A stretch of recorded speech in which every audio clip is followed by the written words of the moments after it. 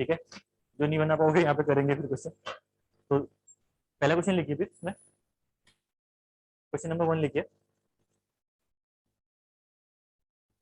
Question लिखने से पहले एक दो बेसिक ना कुछ चीजें रह गई थी, दो तीन कोडल प्रोविजन डब्ल्यूएसएन के, तो वो मैं एक काम करता हूँ, डब्ल्यूएसएन में कवर कर दूंगा। चलो मैं जब डब्ल्यूएसएन पढ़ेंगे ना अभी, उसमें कवर कर दूंगा उसके बाद, थ्योरी के बाद, ठीक है ना। नोट करा के याद दिलाना मेरे को, लेकिन पहले भूल गए। तो लिखिए एक बार, क्वेश्चन लिखिए। As per the provision of, as per the provision of IS 456/2000, as per the provision of IS 456/2000, the लिखिए, फिर ब्रैकेट में लिखिए शॉर्ट टर्म, ब्रैकेट में लिखिए short term, bracket close, modulus of elasticity, short term modulus of elasticity, elasticity of M25 concrete, M25 grade concrete, of M25 grade concrete, bracket में in newton per mm square, in newton per mm square, bracket close, can be assumed to be, can be assumed to be. निकालिए जरा इस question को।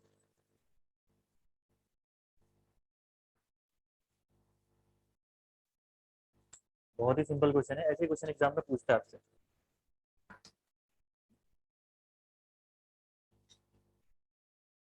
और मुझे याद करके आया करो भाई, बैक साइड अगर देखने की जरूरत नहीं पड़नी चाहिए एग्जाम में, खाली कॉपी लेके बैठोगे बगल में, अगर फॉर्मूले याद नहीं होंगे तो दिक्कत आएगी। रिवीजन घर में प्रॉपर पर डे करा करो ना, इसलिए फॉर्मूला की रिक्वायरमेंट ना पड़े पीछे लिखने के लिए। हाँ, मुंह निकाल दे। हाँ, ठीक है, और अगर जाना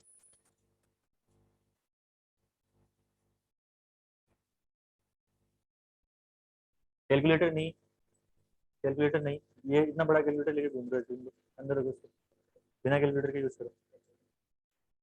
कैलकुलेटर किसी क्वेश्चन में यूज नहीं होगा, हैंड से कैलकुलेट करोगे। जहाँ मैं बता दूंगा कैलकुलेटर यूज होने वाला होगा, मैं बोल दूंगा भाई कैलकुलेटर यूज कर लो, वहाँ अलाउड नहीं है ना कैलकुलेटर, तो अगर अलाउड ही नहीं है तो फिर यहाँ पे यूज करोगे। आप लोग कैलकुलेटर ना करेंगे, उसको रख दें अंदर। निकल गया होगा सबका।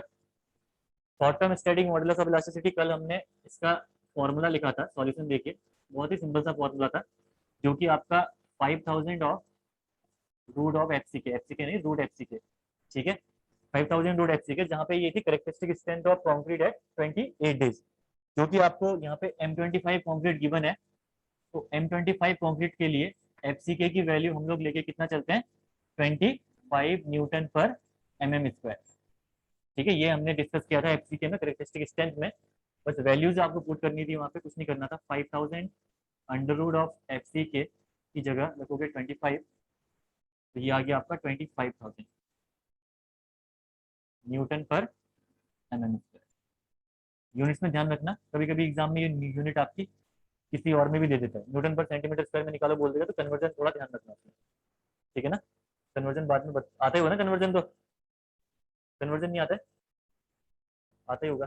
कभी भी देखना कन्वर्जन में, छोटी चीज से बड़ी चीज में कन्वर्जन करोगे तो डिवाइड कर दोगे वैल्यू से, बड़ी से छोटी चीज में करोगे तो मल्टीप्लाई, इतना ध्यान रखना है बस। जैसे सेंटीमीटर स्क्वायर में कन्वर्ट करना है यहाँ पे, तो डिवाइड कर दो यहाँ पे सीधे न्यूटन पर, ठीक है, 1 बाई कर दो सीधे, ऊपर मल्टीप्लाई आ जाएगा ना ये।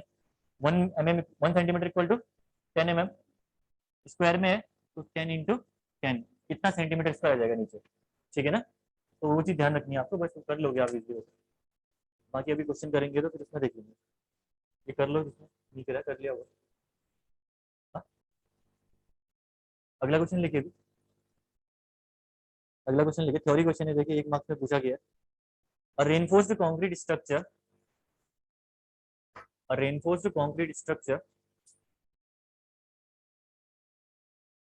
a reinforced concrete structure has to be constructed, has to be constructed along a sea coast, along a sea coast. The minimum grade of concrete along the sea coast COAST, coast. The minimum grade of concrete, the minimum grade of concrete to be used as per IS 456 2000, as per IS 456 2000. ए आपका 15 M15, B option में आपका M30, M20 कर लो इसको, ठीक है जो भी है, सी ऑप्शन में M25 और ऑप्शन नंबर डी में आपका M30। जरा बताना, देखिए क्वेश्चन पूछा है मैंने आपसे, बोलता ना उनसे क्वेश्चन पूछता है। ये क्वेश्चन आपका एसएससी जेई में पूछा गया क्वेश्चन है। कौन M30, और इसके अलावा किसी और को कुछ और भी लग रहा है?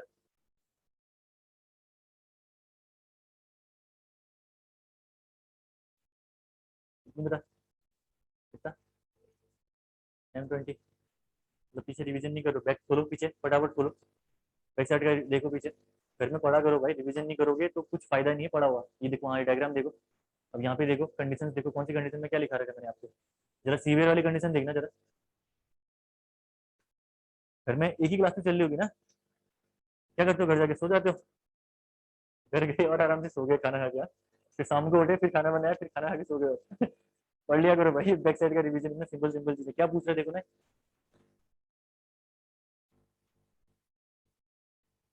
सी कोस्टल वाला रीजन किसमें आएगा, कहा था मैंने, वो उन लोगों ने क्लास, आप लोगों ने तो पहले पढ़ी थी ना, उनको तब का याद है देखो, तुम लोगों को परसों पढ़ाया हुआ, तुम लोग भूल गए यहाँ पे तू भी। कोई भी मैंने बताया था ना, एक कंडीशन आई थी सीवियर कंडीशन, सीवियर कंडीशन थी जिसमें कंक्रीट का ग्रेड कितना था, M30, M30 कंक्रीट का ग्रेड था।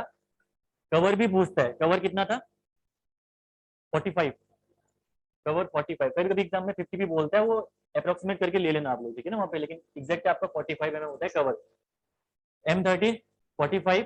और कौन कौन सी कंडीशन आती है बोलता मैंने आपको, पहला बोलता जो भी कोस्टल से रिलेटेड कंडीशन आएगी, यहाँ पे क्वेश्चन में क्या पूछा है, सी कोस्ट पूछा है ना, तो मैंने आपको बोलता कोस्टल से रिलेटेड जो भी कंडीशन आएंगी वो उसी में आएंगी सीवियर कंडीशन के अंदर, तो M30 हो गया, ठीक है, सीवियर कंडीशन में आ गई। इसमें क्या क्या थी, एक तो थी आपका सीवियर रेनफॉल, जहाँ पे बहुत ही सीवियर रेनफॉल होगी, वो कंडीशन आएगी सीवियर के अंदर। दूसरी कंडीशन थी आपकी सी कोस्टल रीजन वाला, ये वाला कंडीशन। थर्ड कंडीशन क्या थी, continuously under the sea water. और एक और कंडीशन थी फाइनल, हाँ, alternate wetting and drying by normal water, ठीक है ना, नॉर्मल वाटर। ये चार कंडीशन थी जो कि सीवियर के अंदर आई थी, और उसी में से क्वेश्चन पूछा है। मैक्सिमम सीवियर और मॉडरेट से बहुत क्वेश्चन पूछता है एग्जाम में, तो सीवियर मॉडरेट तो एकदम ही रट लो। ये हो गया आपका M30, ऑप्शन नंबर डी, ठीक है ना। अगला क्वेश्चन करिए फिर, अगर ठीक है तो। Flexural tensile strength of, flexural tensile strength of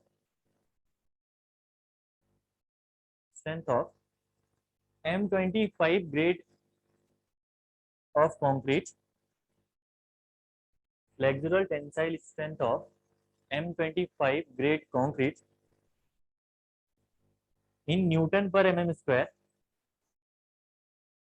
in Newton per mm square as per IS 456 2000, as per IS 456 2000। जरा बताना है, बहुत ही सिंपल क्वेश्चन, अगेन एक इजी से इजी क्वेश्चन, क्या लोगे बताओ, तो बताइए जरा, कैलकुलेटर यूज ना करना।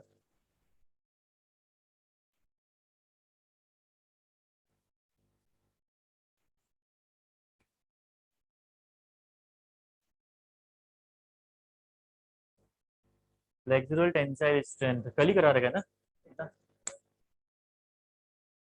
कल ही करा रखा है। चलो परसों वाली चीज भूल गए, कल वाली तो याद रखो जो कल करा रखा है।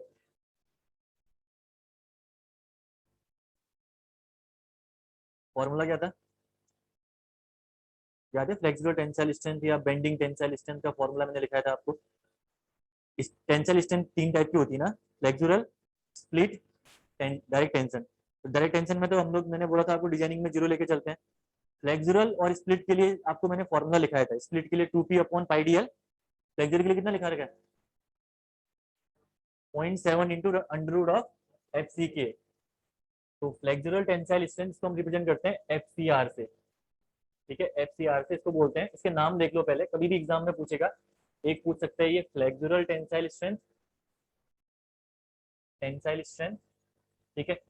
दूसरा ये बोल सकता है आपसे एग्जाम में bending tensile strength, bending tensile strength. और एक और नाम है इसका मॉडुलस ऑफ रप्चर, इसका एक और नाम है मॉडुलस ऑफ रप्चर। ये नाम है इसका मॉडुलस ऑफ रप्चर। अगर कोई भी चीज ये पूछ रहा है तो समझ लीजिए एक ही चीज है, मॉडुलस ऑफ रप्चर। अगर एग्जाम में कभी भी ये क्वेश्चन पूछता है आपका, तो ये समझ लेना कि ये किसकी बात कर रहा है, HCR की, और इसके अलावा कोई नाम नहीं है, इन तीनों में से ही नाम पूछेगा, ठीक है। और इसके लिए जो फॉर्मूला मैंने आपको मेंशन करके बताया हुआ था कल आपको, ये था आपका 0.7 of under root of FCK, ठीक है। अगेन आपका कौन सा ग्रेड का कंक्रीट है, 25 का कंक्रीट है, तो ये हो जाएगा आपका 25.7 इंटू 5, 3.5, 3.5 पे आया था नहीं होगा, Newton per mm²। This is the answer. दो क्वेश्चन बन गए यहाँ से आपके।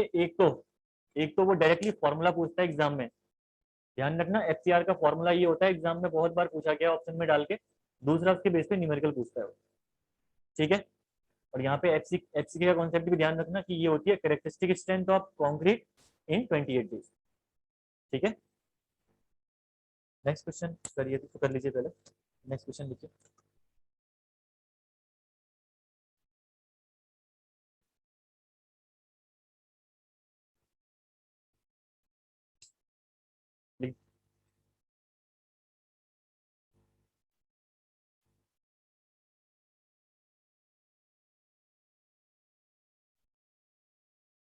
लिखोगे, लिखिए for M25 concrete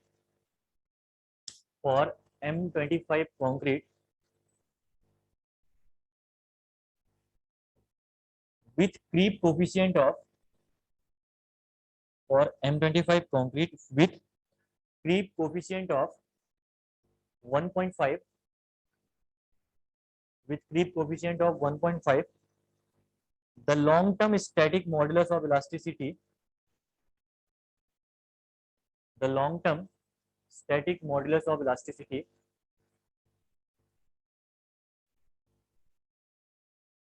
expressed in megapascal, expressed in megapascal,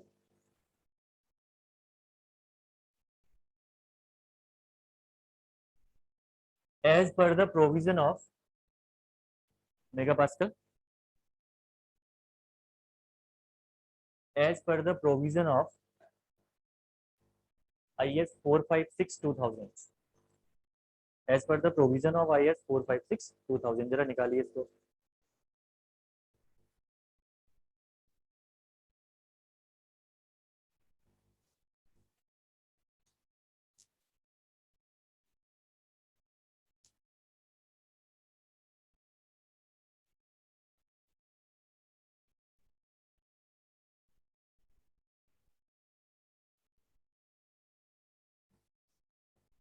हाँ?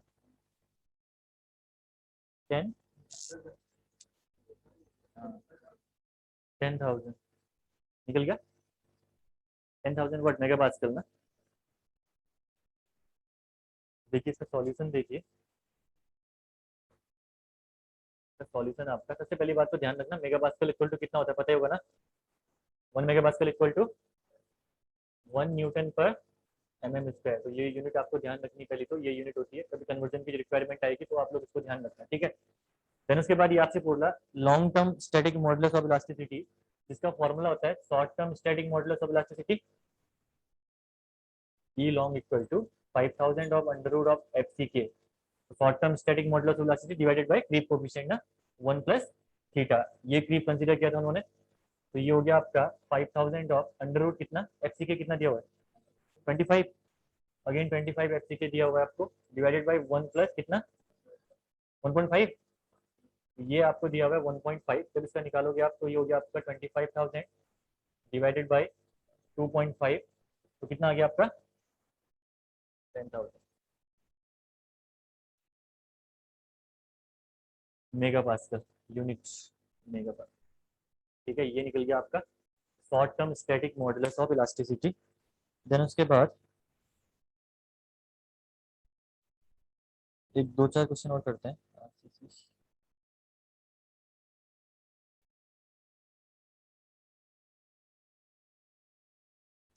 नेक्स्ट नेक्स्ट क्वेश्चन लिखिए।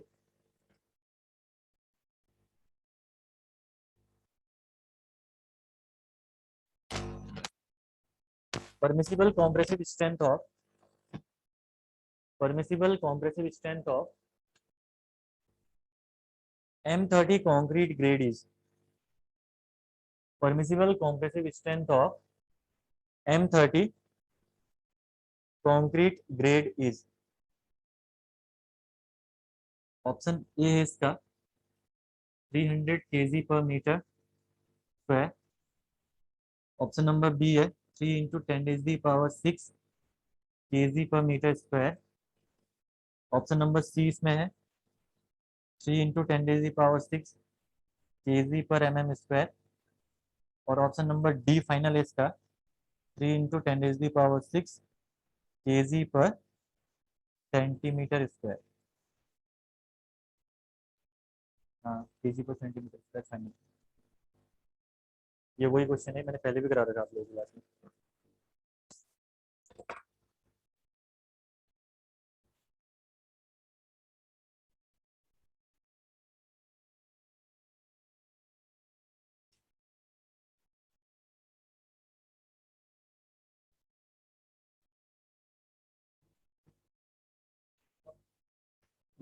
यूनिट देखो वो निकालो, और बाकी लोग निकालिए ना, और उन्होंने निकाला नहीं हुआ, आपने तो पहले तो निकाला है तो निकालना जरा।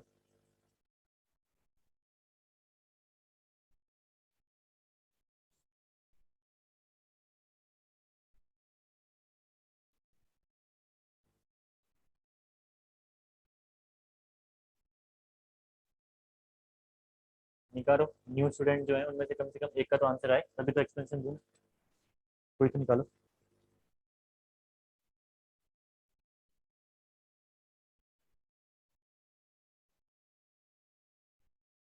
पहले तो बताओ परमिसिबल कॉम्प्रेसिव स्ट्रेंथ होती कितनी है। अगर M25 की नॉर्मल न्यूटन पर एम स्क्वायर में पूछूं तो कितनी होगी, आप लोग बताना। 30 होगी ना। 28 डेज में जो स्ट्रेंथ निकलती है वही परमिसिबल होती है। उतना हम लोग मानते हैं कि इससे मैक्सिमम नहीं ले पाएगा वो। ठीक है, तो वैसे देखा जाए तो 30 न्यूटन पर mm² हो गई। यूनिट अलग है तो यूनिट को कन्वर्जन करिए एक बार, इसको ट्राई करो। 10⁻⁶ सेकंड। ठीक है, बाकी और नहीं करो ट्राई, हो गया।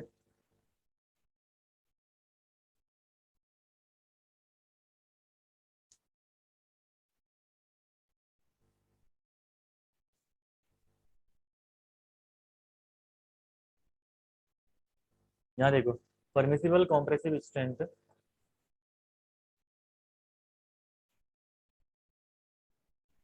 Compressive strength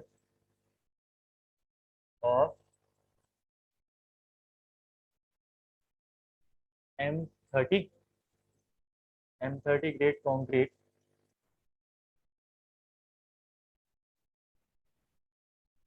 is 30 Newton per mm²।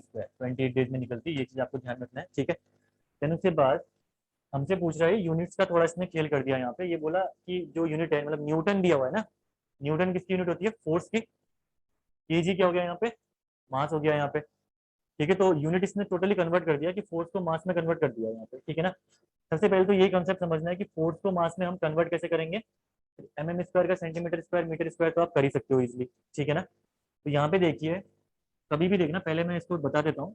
अगर आपका फोर्स कन्वर्ट हो रहा इसमें मास में, फोर्स यानी यहाँ पे लिखा हूँ मैं न्यूटन को, अगर आप कन्वर्ट कर रहे हो केजी में, ये चीज ध्यान रखना, केजी में, यानी निकल क्या रहा है यहाँ पे, मास निकाल रहे हो आप। फोर्स दिया हुआ है, मास निकाल रहे हो, तो इस केस में आपका क्या होगा, डिवाइड बाई 1/10।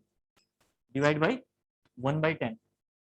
अगर आपका मास गिवन है, मास गिवन है और आपको इसको फोर्स में निकालना है, ठीक है, फोर्स निकालना है वहां पे, यानी न्यूटन और केजी।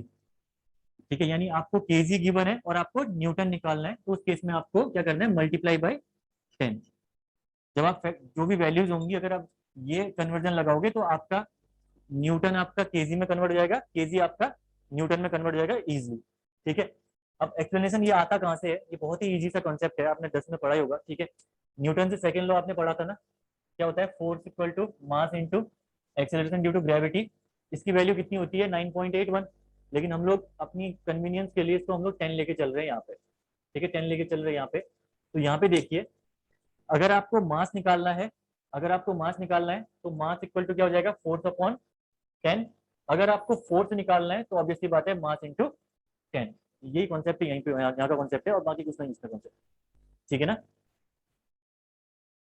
ये कॉन्सेप्ट है यहाँ पे लगाइए जरा। पहले तो केजी में कन्वर्ट करना है, सारी यूनिट्स केजी में है, तो इजीली आप केजी में कन्वर्ट कर ही सकते हो इसको। तो देखिए आप 30 डिवाइडेड बाई 10, केजी निकालते हो ना, न्यूटन दिया हुआ है, न्यूटन गिवन है, आपको केजी निकालना है, तो केजी निकालना है तो डिवाइड बाई 10 कर दिया यहाँ पे आपने। अगला आपको क्या है, एमएम स्क्वायर को बहुत से यूनिट्स में कन्वर्ट कर सकते हो आप ऐसे। मैं एमएम स्क्वायर को मीटर स्क्वायर में कन्वर्ट कर रहा हूँ। ठीक है, तो 1 mm equal to 1 metre equal to कितना होता है, यस 1 मीटर इक्वल टू होता है आपका 10⁻³ इतना होता है ना।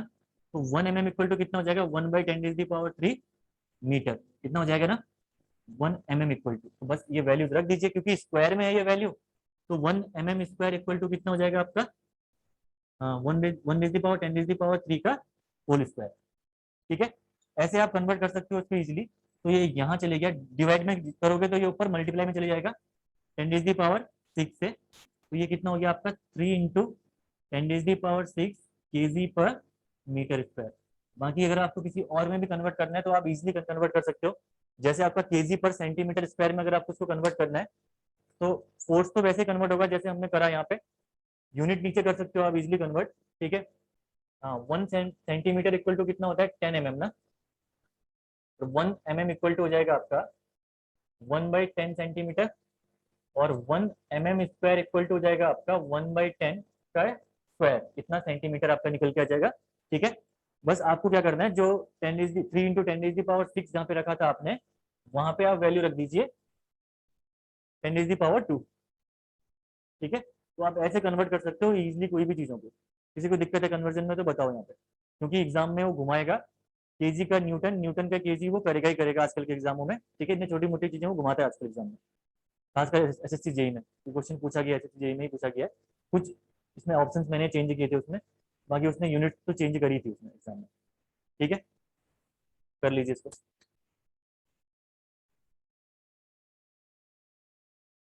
अगर समझ में नहीं आया तो पूछ सकते हो।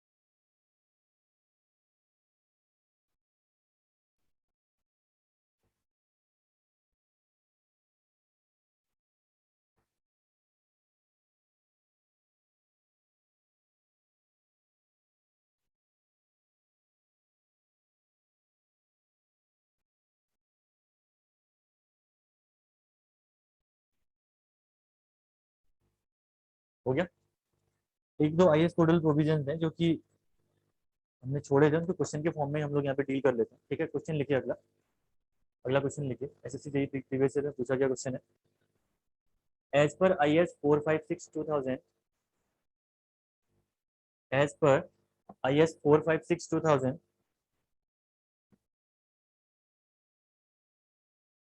in the absence of test data, in the absence of test data, the approximate value of the approximate value of total strain, the approximate value of total strain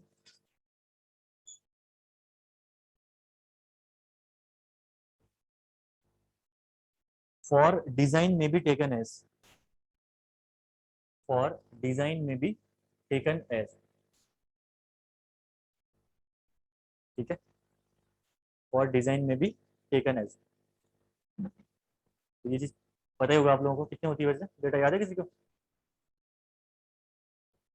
देखो, अगर अप्रोक्सीमेट स्ट्रेन की मैं बात करूं, ठीक है, श्रिंकेज होता क्या है, अगर कंक्रीट में श्रिंकेज करेगा तो इसका मतलब कुछ ना कुछ एक्सपेंशन आ रहा, लेंथ में चेंज आ रहा नहीं आ रहा, उसी चेंज की लेंथ की बात कर रहा है वो। बोल रहा है अगर कंक्रीट में श्रिंकेज अगर करता है कहीं पे, तो जो चेंज इन लेंथ आता है वो हम लोग approximate according to IS code कितना लेके चलते हैं, आपसे पूछ रहे हैं, ठीक है। तो आईएस कोड में एक प्रोविजन है जिसके अकॉर्डिंग वो बोलता है कि कहीं पे भी अगर डेटा आपको गिवन नहीं है श्रिंकेज का, in the absence of the data, तो श्रिंकेज की वैल्यू आपको लेके चलनी है, श्रिंकेज स्ट्रेन की वैल्यू 0.0003, ठीक है, ये वैल्यू लेके चलनी है। या कहीं पे आपको दिख भी जाएगा 3 × 10⁻⁻⁴, क्योंकि यहाँ पे स्ट्रेन की बात कर रहा है, तो यूनिट क्या होगी, ये कुछ भी नहीं, यूनिट लेस होगी, ठीक है। स्ट्रेन क्या होता है, change in length upon original length, metre से मीटर कैंसिल, तो इसकी यूनिट कुछ नहीं होगी, ठीक है।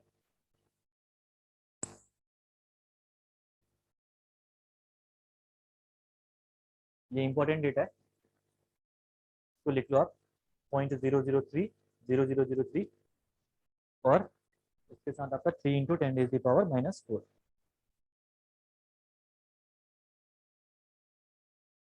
एक आईएस कोड भी है, इसके बारे में भी लिख लो यार, यूनिट वेट ऑफ कंक्रीट भी लिख लो, ठीक है, 2-3 पॉइंट लिख लीजिए, लिख लीजिए यहाँ पे क्वेश्चन लिखे। Mild steel used in, mild steel used in RCC structure, mild steel used in RCC structure confers to CONFORMS, confirms to CONFORMS2।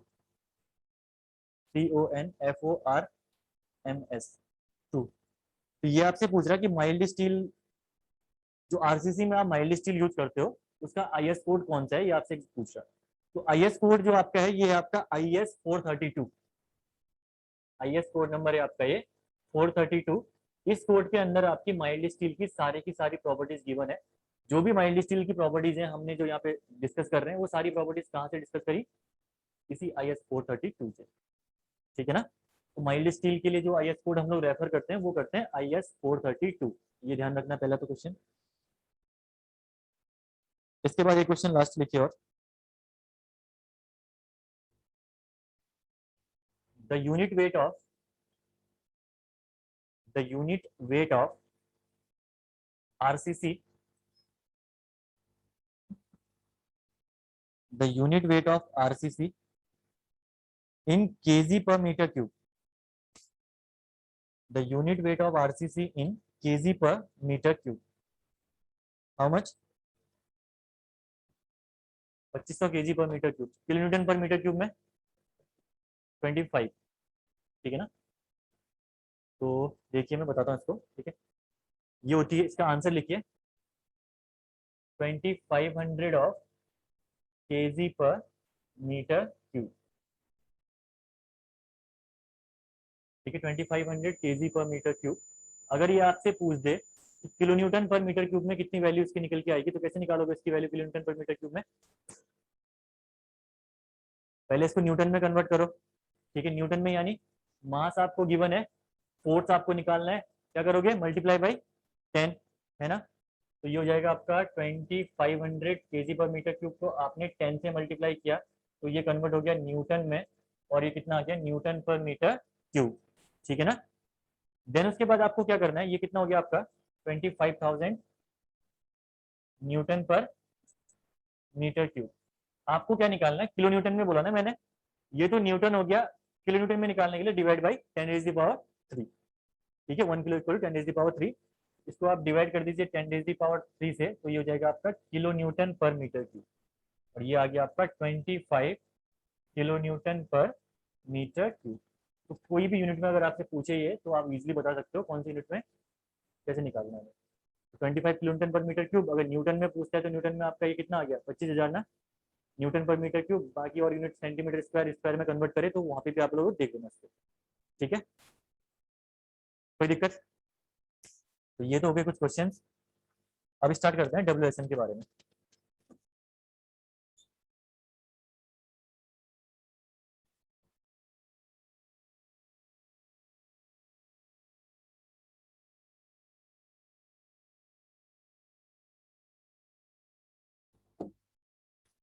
Next unit का नाम लिख लीजिए आप लोग, working stress method.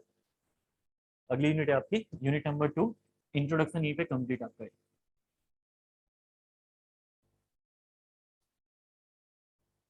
Name of the next unit is working stress method.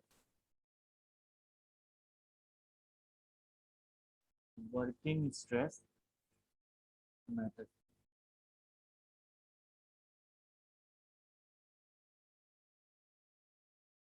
इसी को हम लोग रिप्रेजेंट करते हैं WSM से, ठीक है ना, WSM से।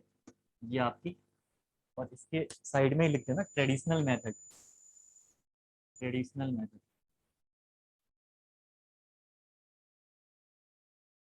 Method of design. Traditional method of design, that is WSM। Okay, working stress method. तो देखिए 3 मेथड्स जनरली हमारी होती है डिजाइनिंग के लिए। पहली मेथड है आपकी जो सबसे पहले आई थी, ठीक है, मैंने लिखा हुआ है ऊपर देख लीजिए, ट्रेडिशनल मेथड।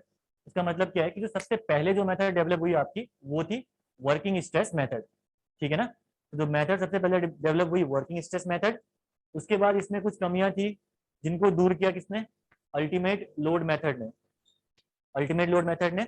और थर्ड मेथड आपकी आई LSM, ठीक है। तो अल्टीमेट लोड मेथड में कुछ ना कुछ कमियां रही होंगी, जिसके बाद LSM आया जिसने उसकी कमियां दूर की, ठीक है। यहाँ पे हम अल्टीमेट लोड मेथड के बारे में डिस्कस अभी डिटेल में नहीं करेंगे। वर्किंग स्ट्रेस मेथड का भी जस्ट मैं फिनोमेना डिस्कस करूंगा। स्टील में इसके बारे में हम तीनों मेथड प्रॉपर्ली डिस्कस करते हैं, ठीक है, वो हमने पढ़ा भी रखा है वहाँ पे, और वहीं डिस्कस करेंगे उस चीज को, ठीक है ना।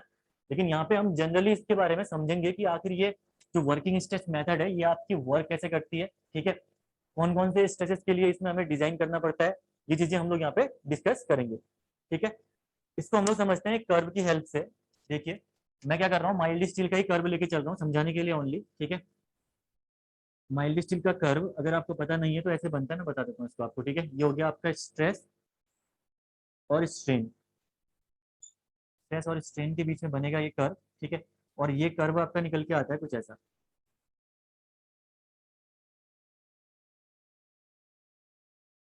ये कुछ ऐसा कर्व निकल के आता है आपका माइल्ड स्टील का। जब आप माइल्ड स्टील को लोड करते हो, ठीक है, माइल्ड स्टील में जब आप क्या करोगे, लोडिंग दोगे, तो उस लोडिंग की वजह से ये आपका स्ट्रेन और स्ट्रेस के बीच में कर्व निकल के आता है, ठीक है। ये चीज आप होम में डिस्कस करोगे, इसके बारे में बहुत अच्छे से डिस्कस करोगे, पूरा 1 घंटे का टॉपिक है, 1 डेढ़ घंटे का, ठीक है। लेकिन यहाँ पे आप इतना समझो कि ये कर्व कैसा बनता है, क्योंकि इसकी रिक्वायरमेंट है हमारे यहाँ पे। तो यहाँ पे देखिए, लेट अस कंसीडर, मैं क्या कर रहा हूँ, ये आपका फेलियर स्ट्रेन है, this is the failure strain, any failure strain, यहीं पे आपका मटेरियल फेल कर रहा है ना। ये आपका बेसिकली शो क्या कर रहा है, बेसिकली ये कर्व शो कर रहा है कि आपके जो माइल्ड स्टील आपने यूज कर रखा है उसकी स्ट्रेंथ कितनी है, ठीक है, माइल्ड स्टील की स्ट्रेंथ मैक्सिमम कितनी है, ठीक है, ये शो कर रहा है ये कर्व आपका, ठीक है। लेट अस कंसीडर यहाँ पे जो स्ट्रेन है ये आपका है फेलियर स्ट्रेन, ठीक है, यहाँ पे स्ट्रेन है आपका फेलियर स्ट्रेन। और यहाँ पे 2 रीजन बनते हैं, एक तो बनता है आपका इलास्टिक रीजन, दूसरा बनता है आपका प्लास्टिक रीजन। तो प्लास्टिक रीजन कौन सा रीजन होगा, जहां पे आपका स्ट्रेन बढ़ रहा होगा। इलास्टिक रीजन कौन सा होगा, जहां पे जब आप लोड रिमूव कर दोगे तो वो अपनी ओरिजिनल पोजीशन क्या कर लेगा, रिगेन कर लेगा, ठीक है। तो ये आपका जो रीजन है, this region is called the elastic region, this region is called the elastic region. मतलब अगर आप इस रीजन में अगर आप लोडिंग करते हो, ठीक है, यानी इतने अमाउंट तक का अगर आप स्ट्रेस अप्लाई करते हो, तो इसका मतलब जैसे ही आप लोड रिमूव करोगे तो स्ट्रेन कुछ भी अगर नहीं करेगा, वो अपनी ओरिजिनल पोजीशन में यहाँ पे चले जाएगा दोबारा, ठीक है। इसीलिए इसको बोलते हैं इलास्टिक रीजन। सेकेंड है आपका प्लास्टिक रीजन। अगर मैं बात करूं प्लास्टिक रीजन की, तो ये आपका है plastic region, this is called the plastic region, plastic region, this is called the plastic region. यानी अगर अगर आपकी स्ट्रेसेस अब बढ़ गए, ठीक है, और अगर आप इस रीजन पे पहुंच गए, तो जैसे ही आप लोड रिमूव करोगे तो परमानेंटली, मतलब परमानेंट डिफॉर्मेशन अकर कर जाएगा, वो अपनी ओरिजिनल पोजीशन में यहाँ पे दोबारा नहीं पहुंच पाएगा आपका माइल्ड स्टील, ठीक है। यानी जैसे आप कहाँ पे हो, इस प्लास्टिक रीजन के यहाँ पे हो, और आपने यहाँ से लोड अगर रिमूव करा, तो इतना तो चलो वो अपना ओरिजिनल पोजीशन रिगेन करेगा ही करेगा, इलास्टिसिटी तो होगी कुछ ना कुछ। लेकिन जो ये वाला डिफॉर्मेशन है, this is the permanent deformation. इतना डिफॉर्मेशन तो उसमें आ ही गया ना, परमानेंट डिफॉर्मेशन है नहीं ये, ठीक है, this is the permanent deformation in this case plastic region. ठीक है, तो समझ में आया प्लास्टिक रीजन और इलास्टिक रीजन क्या है। जो वर्किंग स्ट्रेस मेथड है ये आपकी इलास्टिक मेथड है। कौन सी मेथड है, इलास्टिक मेथड। इलास्टिक मेथड होने की वजह से होगा क्या इसमें, अब डब्ल्यूएसएम में क्या होगा, ये सिर्फ और सिर्फ अपनी डिजाइनिंग में ये जो इलास्टिक रीजन है सिर्फ और सिर्फ उसी को कंसीडर करेगी। ठीक है, लेट अस कंसीडर यहाँ पे आपका स्ट्रेस है 100 न्यूटन पर एमएम स्क्वायर जिसपे आपका फेलियर अकर किया। ठीक है, स्ट्रेस एट फेलियर कितना है, 100 न्यूटन पर एमएम स्क्वायर है। ठीक है, और जहां पे आपका इलास्टिक रीजन कंप्लीट हो रहा है वहां पे stress late us consider 50 Newton पर एमएम स्क्वायर है। ठीक है, तो आपके डब्ल्यूएसएम ने क्या बोला कि हम तो सिर्फ और सिर्फ इलास्टिक रीजन में बिलीव करते हैं, प्लास्टिक रीजन से हमारा कोई भी लेना देना नहीं है। ठीक है, ये रीजन हमारे यहाँ आता ही नहीं है, उन्होंने बोला ये प्लास्टिसिटी जनरेट होगी ही नहीं। ठीक है, सीधे इलास्टिक रीजन के बाद आपका फेलियर अकर कर जाएगा, ये कहा किसने, डब्ल्यूएसएम ने। ठीक है, अब अगर आप देख पा रहे होंगे तो यहाँ पे आपका ग्राफ कितना बच गया, सिर्फ और सिर्फ इतना है ना, ये ग्राफ बच गया जिसके लिए आप डिजाइन करोगे। यानी मटेरियल की स्ट्रेंथ अब कितनी बची 100 में से सिर्फ और सिर्फ 50 न्यूटन पर एमएम स्क्वायर, ये उसकी कैपेसिटी होगी। मतलब पहले कैपेसिटी कितनी है, एक्चुअल कैपेसिटी कितनी है 100 की, लेकिन डब्ल्यूएसएम एज्यूम कर रहा है कि वो आपकी सिर्फ और सिर्फ 50 है। ठीक है, जो भी ये पॉइंट होगा मैक्सिमम पॉइंट होगा जहां पे ये डब्ल्यूएसएम एज्यूम करेगा, ये 50 वाला ये पॉइंट आपका कहलाएगा यील्ड स्ट्रेस। ठीक है, ये कौन सा पॉइंट कहलाएगा, यील्ड स्ट्रेस पॉइंट। यहाँ पे आपकी यील्डिंग स्टार्ट होगी, यहाँ पे क्या होगी, यील्डिंग स्टार्ट होगी। ठीक है, तो अब देखिए यहाँ पे होगी यील्डिंग स्टार्ट, देन इसके बाद अब डब्ल्यूएसएम फिर इसके बाद आगे बढ़ते हैं। फिर डब्ल्यूएसएम क्या बोलते हैं, ये लोग कहते हैं कि अब देखो ये तो फेलियर स्ट्रेस है, यानी अगर एफ वाई से अगर आपका यानी 50 से अगर आप 51 लोड कर दोगे तो फेल हो जाएगा ना, ये मान रहा है, भले एक्चुअली फेल नहीं कर रहा, फेल तो आपका 100 में कर रहा है, लेकिन अकॉर्डिंग टू डब्ल्यूएसएम अगर आप 50 से 51 का लोड कर दोगे तो आपका क्या हो जाएगा, फेलियर अकर कर जाएगा। तो हम किसी भी कंडीशन में 50 से 51 लोड नहीं कर सकते हैं। ठीक है, डब्ल्यूएसएम क्या बोलता है कि हम फेलियर स्ट्रेंथ के लिए तो कभी भी डिजाइन नहीं करेंगे, कुछ ना कुछ अनसर्टेनिटीज भी तो अकर कर सकती है ना। हमेशा 50 की न्यूटन पर एमएम स्क्वायर की स्ट्रेंथ आप अचीव हमेशा कर पाओ ऐसा पॉसिबल तो नहीं है। ठीक है, कभी क्या हो गया, जैसे क्वालिटी कंट्रोल हो गया, कोई इन्वायरमेंटल इफेक्ट्स हो गए, ठीक है, कोई एक्सीडेंटल लोड्स हो गए, इनकी वजह से आपके स्ट्रक्चर में अनसर्टेनिटीज क्या होती है, हमेशा बनी रहती है। ठीक है, तो इसकी वजह से ये लोग क्या बोलते हैं, ये लोग कहते हैं कि हम इस जो यील्ड स्ट्रेस है, जो आपका ये फेलियर स्ट्रेस है, इसमें हम अप्लाई करेंगे फैक्टर ऑफ सेफ्टी। इसमें क्या अप्लाई करेंगे, factor of safety. Late us consider factor of safety apply करने के बाद अब आपके स्ट्रेस बन गए, लेट अस कंसीडर यहाँ पे इतने। ठीक है, और इसको हम लोग क्या बोलेंगे, permissible tensile stress. Sigma ST कल आपने पढ़ा था ना, मैंने आपको क्या बोला था, सिग्मा एसटी का यूज कहां पे होगा, डब्ल्यूएसएम में यूज होगा, वही सिग्मा एसटी ये है। ठीक है, तो सिग्मा एसटी आपकी निकल के आ जाएगी यहाँ पे, ये आ जाएगी आपकी परमिसिबल टेंसाइल, यहाँ पे मैं लिख रहा हूँ सिग्मा एसटी। ठीक है, पूरा लिखूंगा तो फिर आपको कंफ्यूज जाएगा, सिग्मा एसटी मैं लिख रहा हूँ यहाँ पे, ओनली मैंने कर दिया यहाँ पे सिग्मा एसटी। और ये सिग्मा एसटी आपकी निकल के कैसे आई, एफ वाई में आपने फैक्टर ऑफ सेफ्टी अप्लाई करी, जो कि कल हम कर रहे थे ना। अगर आपकी एफ वाई 250 न्यूटन पर एमएम स्क्वायर है तो मैंने बोला स्टील की फैक्टर ऑफ सेफ्टी 1.8 होती है, तो आप अगर सिग्मा एसटी निकालना है तो आप क्या करो, डिवाइड बाय 1.8 करो, तो डायरेक्टली आपकी सिग्मा एसटी निकल के आ जाएगी। मैंने कहा था आपको, ठीक है, फेलियर तो यहाँ पे कर रहा, लेकिन आपको लेना है 140 था ना न्यूटन पर एमएम स्क्वायर, इतने में आप एज्यूम करोगे कि फेलियर हो रहा है। तो यहाँ पे भी आप देख सकते हो कि स्ट्रेंथ का डिफरेंस बहुत हाई है, 250 न्यूटन पर एमएम स्क्वायर तब है माइल्ड स्टील की, जब आपका इसने प्लास्टिक रीजन पूरा का पूरा कंसीडर कर रखा है। ठीक है, जब आपका प्लास्टिक रीजन पूरा का पूरा कंसीडर कर रखा है तब जाके इसकी स्ट्रेंथ 250 आती है। इसने प्लास्टिक भी इग्नोर कर दिया, साथ में इलास्टिक का भी इतना रीजन और इग्नोर कर दिया कि बोला नहीं ये हमारी फैक्टर ऑफ सेफ्टी है, इतनी हम फैक्टर ऑफ सेफ्टी लेके चलेंगे। अब हम डिजाइन करेंगे सिर्फ और सिर्फ इसके लिए, जो ये सिग्मा एसटी निकल के आया आपका, ये आया आपका F Y upon factor of safety. और फैक्टर ऑफ सेफ्टी हम लोग यूज करते हैं अनसर्टेनिटीज के लिए। ठीक है, तो कर्व कितना बच गया आपका, सिर्फ और सिर्फ कर्व इतना बच गया। ठीक है, और आपकी स्ट्रेंथ इस 50 न्यूटन पर एमएम स्क्वायर में ये यील्डिंग थी, जैसे यहाँ पे इस 50 न्यूटन पर एमएम स्क्वायर में अगर आपने factor of safety late us consider 1.8 की लगा दी, तो 50 अपॉन 1.8 कितना आ रहा है बताना जरा, 50 अपॉन 1.8 करो जरा कितना आ रहा है,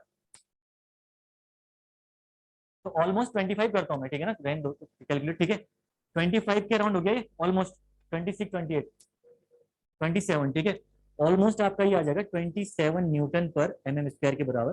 ठीक है, यानी एक्चुअल स्ट्रेंथ देखो कहाँ थी, एक्चुअल स्ट्रेंथ देखो कहाँ थी, आपने घटा घटा के स्ट्रेंथ को कहाँ पहुंचा दिया, देखिए 27 पे। यानी जो माइल्ड स्टील आप यूज कर रहे हो उसकी स्ट्रेंथ आप डब्ल्यूएसएम में सिर्फ और सिर्फ 27 न्यूटन पर एम स्क्वायर लेके चल रहे हो। ये सारा एज्यूम्ड वैल्यूज है, तो समझाने के लिए लिख रही हूँ, ठीक है ना। तो इतनी आप लेके चल रहे हो यहाँ पे, क्या लेके चल रहे हो, इसकी स्ट्रेंथ किसकी, स्टील की। तो ऑब्वियस सी बात है, अगर स्ट्रेंथ आपने इतनी घटाई तो स्टील ज्यादा लगेगी आपके स्ट्रक्चर में, लगेगी नहीं लगेगी स्टील। तो स्टील ज्यादा लगने की वजह से ये मेथड आपकी हो जाती है uneconomical method. This is uneconomical method, uneconomical method, ठीक है। तो ये था कुछ डब्ल्यूएसएम के बारे में। इस कर्व के लिए हमें डिजाइन करना है डब्ल्यूएसएम को सिर्फ और सिर्फ ओनली। क्लियर है? अगर कोई दिक्कत है तो बताओ इसमें। अब बात करें थोड़ा एलएसएम की, तो एलएसएम में क्या करते हैं लोग, एलएसएम में ये इलास्टिक रीजन तो कंसीडर करता ही करता है, साथ में ये प्लास्टिक रीजन भी कंसीडर करता है, जिसकी वजह से हमारा मटेरियल क्या लगेगा, थोड़ा सा कम लगेगा। तो जो एलएसएम मेथड है वो थोड़ी सी क्या हो जाएगी, इकोनॉमिकल मेथड हो जाएगी एज कम्पेयर टू द डब्ल्यूएसएम, ठीक है ना। कोई पॉइंट में दिक्कत है तो बताओ यहाँ पे। क्लियर है सबको? तो लिखिए इसको, कर्व को बनाइए एक बार, इसके बारे में मैं लिखवा देता हूँ थोड़ी बहुत चीजें।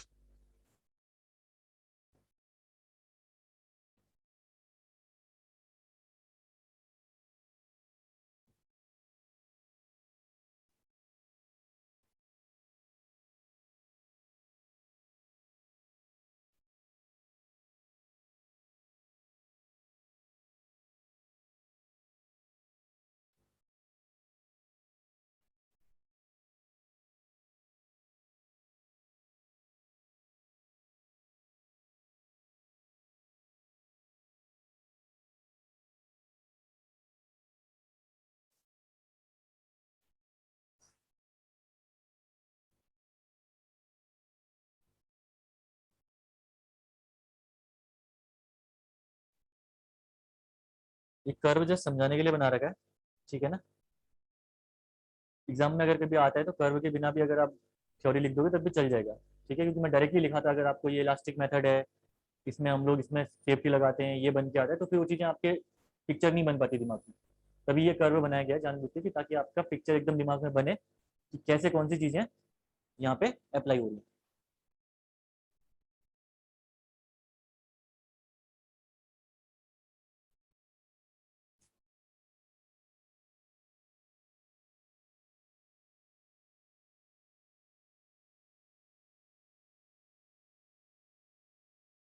ठीक है, ये वर्किंग स्ट्रेस एलएसएम, ये जो मैं जो आप पढ़ने वाले हो यूनिट्स, दोनों यूनिट्स प्रॉपर रिवीजन मांगती है भाई।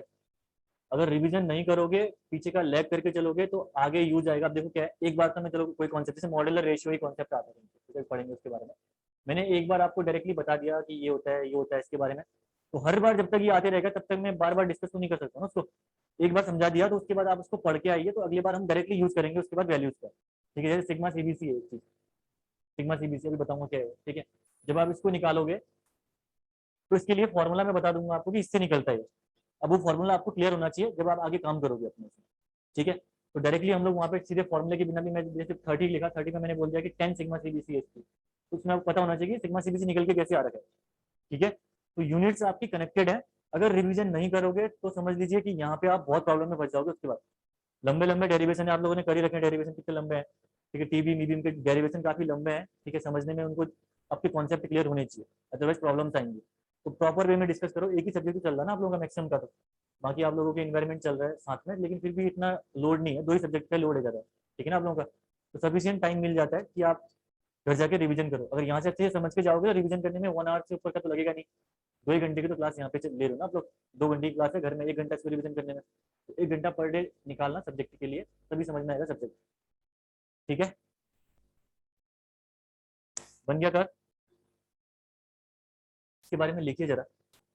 और प्रॉपर रिवीजन करोगे ना तो सब्जेक्ट पढ़ने में मजा आता है उसके बाद। फिर उसके बाद आपको लगेगा कि और पढ़ूं चीजें, ये पढ़ूं, डेली क्लास करने में मजा आएगा।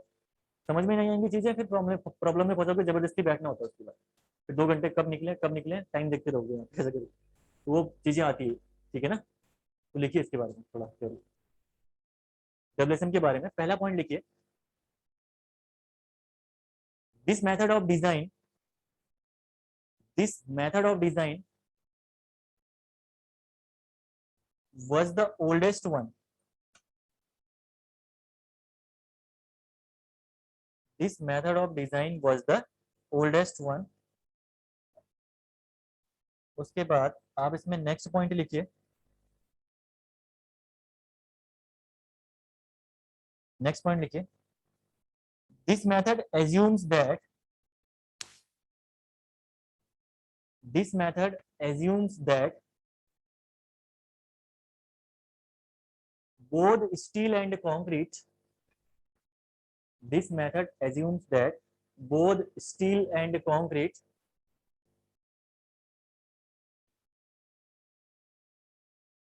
both steel and concrete are elastic, concrete are elastic and obeys Hooke's law, OBEYS, Hooke's law, obeys Hooke's law। ठीक है, तो किसी ने अगर एग्जाम में आपसे पूछ दिया कि WSM आपकी कौन सी मेथड है, तो कौन सी मेथड है ये? इलास्टिक मेथड है, this is the elastic method. ठीक है, और ये आपसे बोल रहा है steel and concrete are elastic and obeys Hooke's law बोल रहा है। हुक्स लॉ क्या होता है? ठीक है, कई लोगों ने यहाँ पे पढ़ा नहीं है, ठीक है, हुक्स लॉ के बारे में थोड़ा सा बेसिक इसका देख लेते हैं। हुक्स लॉ होता है यहाँ पे आपका stress is directly proportional to strain. Hooke's law में क्या होता है? Stress is directly proportional to strain, यानी स्ट्रेस इंक्रीज करेगा तो आपका स्ट्रेन भी इंक्रीज करेगा, ये कहता है आपका Hooke's law under the limit of proportionality. ठीक है, एक पॉइंट यहाँ पे आता है इलास्टिक पॉइंट, एक पॉइंट यहाँ पे आता है इलास्टिक पॉइंट, माइल्ड डिस्टेंस में पढ़ोगे आप, ये पॉइंट होता है इलास्टिक पॉइंट, जैसे कंसीडर कर रहा हूँ, लेट अस कंसीडर। तो इलास्टिक पॉइंट वो पॉइंट होता है कि जहां पे तक आप लोड अप्लाई करोगे तो उसके बाद वो अपनी ओरिजिनल पोजीशन क्या कर लेगा? रिगेन कर लेगा। एक पॉइंट आता है आपका limit of proportionality, late us consider यहाँ पे आपका limit of proportionality, limit of LOP लिख रहा हूँ यहाँ पे। ठीक है, late us consider this point is limit of proportionality. तो इससे नीचे वाले रीजन में क्या होगा? इस रीजन में होगा आपका stress is directly proportional to strain, यानी स्ट्रेस के साथ साथ आपका स्ट्रेन लीनियरली वेरी करेगा। ठीक है, ये वाले रीजन में ओनली, सिर्फ और सिर्फ इस रीजन में ये कहलाता है, ये कहता है आपका हुक। ठीक है, this is called the Hooke's law. ठीक है, देन आप देखिए, कल एक चीज लिख रहे थे ना हम लोग, modulus of elasticity equal to stress upon strain लिख रहे थे हम लोग डायरेक्टली। ये कहां से आई? ये आई हुक्स लॉ से तो आई ये चीजें। जब हुक्स लॉ में आपने क्या करा, इस प्रोपोर्शनलिटी के साइन को हटाया तो मैंने लिख दिया यहाँ पे modulus of elasticity of steel. ठीक है, इनटू स्ट्रेन कर दिया मैंने, और यहाँ पे modulus of elasticity of steel equal to आ गया आपका स्ट्रेस अपॉन स्ट्रेन। तो ये modulus of elasticity of steel आपकी यहाँ से निकल के आती है, इससे हुक्स लॉ से। ठीक है, तो ये नोट करके आप नीचे लिख देना। ठीक है, और यहाँ पे एक चीज और लिखना इसके ब्रैकेट में, valid up to proportionality limit, proportionality limit. तो हुक्स लॉ आपका सिर्फ और सिर्फ प्रोपोर्शनलिटी लिमिट तक ही वैलिड है, ये आपको ध्यान रखना है। और प्रोपोर्शनलिटी लिमिट वो लिमिट है जहां पे आपका स्ट्रेस के साथ स्ट्रेन लीनियरली वेरी करेगा। ठीक है, तो जितने अमाउंट में आप स्ट्रेस दे रहे हो उसी अमाउंट में स्ट्रेन भी अकर करेगा in this region, limit of proportionality वाले रीजन में। तो ये कहलाएगा आपका हुक्स लॉ। के बारे में थोड़ा सा नोट करके लिख लेना, बाकी सोम में इसके बारे में आप पढ़ते ही हो, लेकिन बहुतों ने यहाँ पे नहीं पढ़ लगा, तो मैं कॉन्सेप्ट जो सोम के आएंगे वो छोड़ेंगे नहीं, थोड़ा थोड़ा बेसिक हम लोग यहाँ पे लेके चलेंगे उनके बारे में। ठीक है, ताकि आपको आने वाले टाइम पे प्रॉब्लम्स ना आकर करें।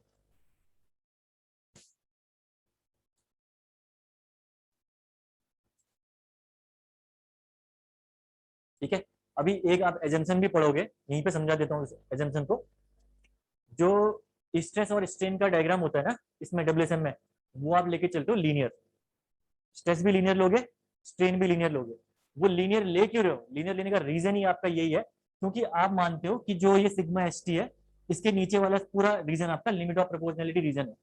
ठीक है, यानी सिर्फ और सिर्फ WSM आपका लिमिट ऑफ प्रोपोर्शनलिटी वाले रीजन के लिए ही वर्क करता है, यानी जहां तक आपका हुक्स लॉ आपका वैलिड है वहीं तक ही आपका सिग्मा ST रहेगा। ठीक है, इसी वजह से हम लोग मानते हैं कि स्ट्रेस और स्ट्रेन यहाँ पे क्या होगा? लीनियर होगा। ठीक है, सेकेंड पॉइंट इसमें लिखिए, उसके बाद अगर ये लिख दिया है, थर्ड पॉइंट है मतलब जो भी है,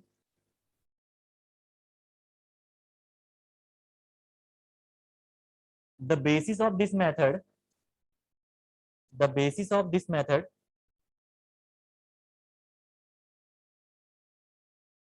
the basis of this method is that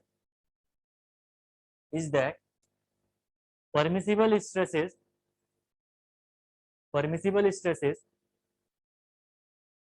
are not exceeded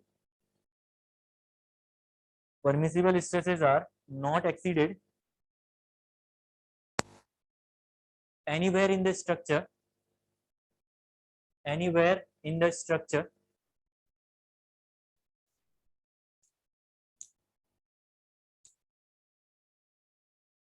when it is subjected to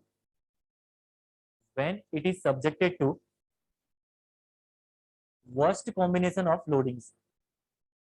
WORST, worst मतलब होता है मैक्सिमम, सबसे खराब condition, worst combination of working loads anywhere in the structure when it is subjected to worst combination of working loads. समझो ये point क्या कह रहा है आपसे, ये पॉइंट क्या कह रहा, यहां तक तो पहुंचा दिया इसने स्ट्रेस को, ठीक है, यहां तक तो पहुंचा दिया घटा घटा के, आपका 25 तक 27 तक पहुंचा दिया इसने घटा घटा के, उसके बाद भी ये आपसे कह रहा है कि ये सिग्मा एस टी किसी स्ट्रक्चर में तब एराइज करेगा जब आपका स्ट्रक्चर एकदम मैक्सिमम लोडिंग में क्या है, सब्जेक्टेड है, ठीक है। आपको डिजाइन करना है इससे नीचे के लिए ही, ठीक है, ये 27 के लिए भी डिजाइन के लिए नहीं बोला, इसके नीचे के लिए डिजाइन करना है आपको। समझ लो कितने मतलब कहाँ पहुंचा दिया इसने स्ट्रेंथ, और मटेरियल कितना लगेगा। तभी देखना जो WSM से डिजाइनिंग के स्ट्रक्चर्स है ना, पहले पुराने वाले स्ट्रक्चर, वो अभी तक चल रहे हैं आपके वहाँ पे, फेलियर अगर अभी तक नहीं हो रखा, 100 साल हो गए उनके स्ट्रक्चर्स को, वो अभी भी चल रहे हैं, ठीक है। लेकिन LSM के स्ट्रक्चर में ऐसा नहीं होता है, जो LSM वाला स्ट्रक्चर है उसकी पर्टिकुलर लाइफ होती है, 40-50 साल जितने भी आपकी ईयर्स है, इतने में आपका स्ट्रक्चर क्या हो जाता है, अनसर्विसेबल हो जाता है, आप उसके बाद उसको यूज नहीं कर पाओगे, ठीक है ना। तो WSM का रीजन ही यही है ज्यादा लॉन्ग लाइफ होने का, कि मटेरियल उसमें बहुत भर भर के यूज किया गया है, ठीक है। अंबुजा सीमेंट वाला ऐड देखा है ना आप लोगों ने, वही वाला काम किया गया, पहले से करते हुए आ रहे हैं चीज, ठीक है ना हम लोग। तो वो ऐड तो आजकल बना रखा है उन्होंने, ऐड इसी सीखा उन्होंने, ऐड WSM मेथड को उन्होंने क्या करा, एक बेस बनाया और उन्होंने उसके बेस से बना दिया अंबुजा सीमेंट, ठीक है। कहना वो यही चाह रहा है कि दीवार आपका किसी से टूटेगी नहीं, क्लियर है ना। अगला पॉइंट लिखिए इसमें, नेक्स्ट पॉइंट लिखिए, in this method the ultimate strength of concrete in this method the ultimate strength of concrete the ultimate strength of concrete and yield strength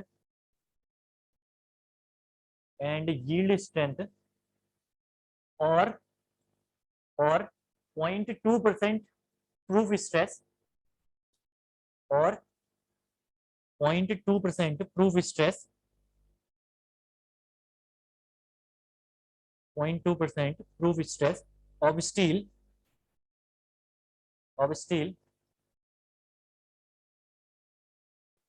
are divided by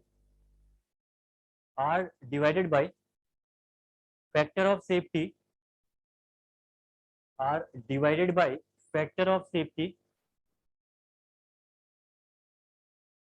to obtain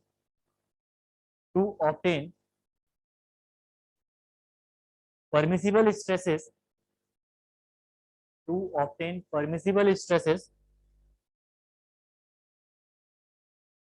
these factor of safety then full stop पर लिखना, ठीक है ना, तेज तो नहीं हो रहा, permissible stresses के बाद लिखना, these factor of safety take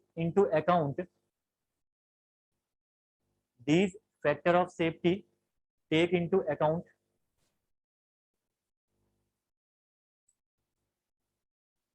the uncertainties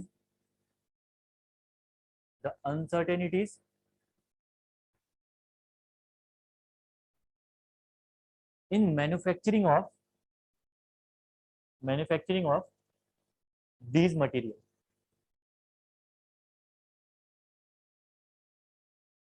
Uncertainties in manufacturing of these materials. तो ये पॉइंट आपका डिस्कस क्या कर रहा है यहाँ पे, पहले तो आपको बता रहा कि ये सिग्मा एसटी आपने निकाला कैसे है, ठीक है, और सेकंड वाले पार्ट में बता रहा आपको कि जो फैक्टर ऑफ सेफ्टी है हम क्यों यूज कर रहे हैं। तो मैंने बता ही दिया आपको, फैक्टर ऑफ सेफ्टी आपकी अनसर्टेनिटीज के लिए यूज होती हैं, जैसे आपका कोई काम है, जैसे आप क्या कर रहे हो, स्टील बना रहे हो, स्टील बनाते टाइम पे कोई प्रपोजन, कुछ मटेरियल जो मिक्स कर रहे हैं वहां पे कुछ कॉम्प्रोमाइज हो जाए, ठीक है, यानी क्वालिटी कंट्रोल आप बोल सकते हो प्रॉपर नहीं है। या आपका मैंने बता दिया इन्वायरमेंटल इफेक्ट, जैसे विंड चल रही है बहुत तेज, अर्थक्वेक आ गया जैसे बहुत तेज, ठीक है, तो वो इफेक्ट कंसीडर करते हैं। और इसके अलावा क्या हो सकता है, एक्सीडेंटल लोड्स हो गए, जैसे कोई गाड़ी आई स्ट्रक्चर में टकरा गई जोर से, ठीक है, तो उन फैक्टर्स को देखते हुए हम लोग यहाँ पे फैक्टर ऑफ सेफ्टी लगाते हैं। ये बता रहा आपको सेकंड वाले हाफ में, ठीक है। और फर्स्ट वाले हाफ में आपसे ये कह रहा कि जो ये सिग्मा एस टी है ये निकली कैसे है, तो सिग्मा एस टी कैसे निकली है, माइल्ड स्टील के केस में तो आप सीधे सीधे क्या करोगे, यील्ड स्ट्रेंथ को डिवाइड कर दोगे, फैक्टर ऑफ सेफ्टी से निकल जाएगी, ठीक है। लेकिन ऐसे स्टील में क्या करोगे जिनकी आपकी यील्ड स्ट्रेंथ पता ही नहीं है, जो कल आपने पढ़ा था, कौन कौन सी स्टील थी वो, H Y S D steel, CTD steel, TMT steel, उस केस में आप क्या करोगे, उस केस में वो बोल रहा कि 0.2% का ऑफसेट लेंगे, प्रूफ स्ट्रेस जो लिखा हुआ है ना, वो वही चीज दर्शा रहा आपको, वो बोल रहा आपको 0.2% का हम यहाँ पे ऑफसेट लेंगे।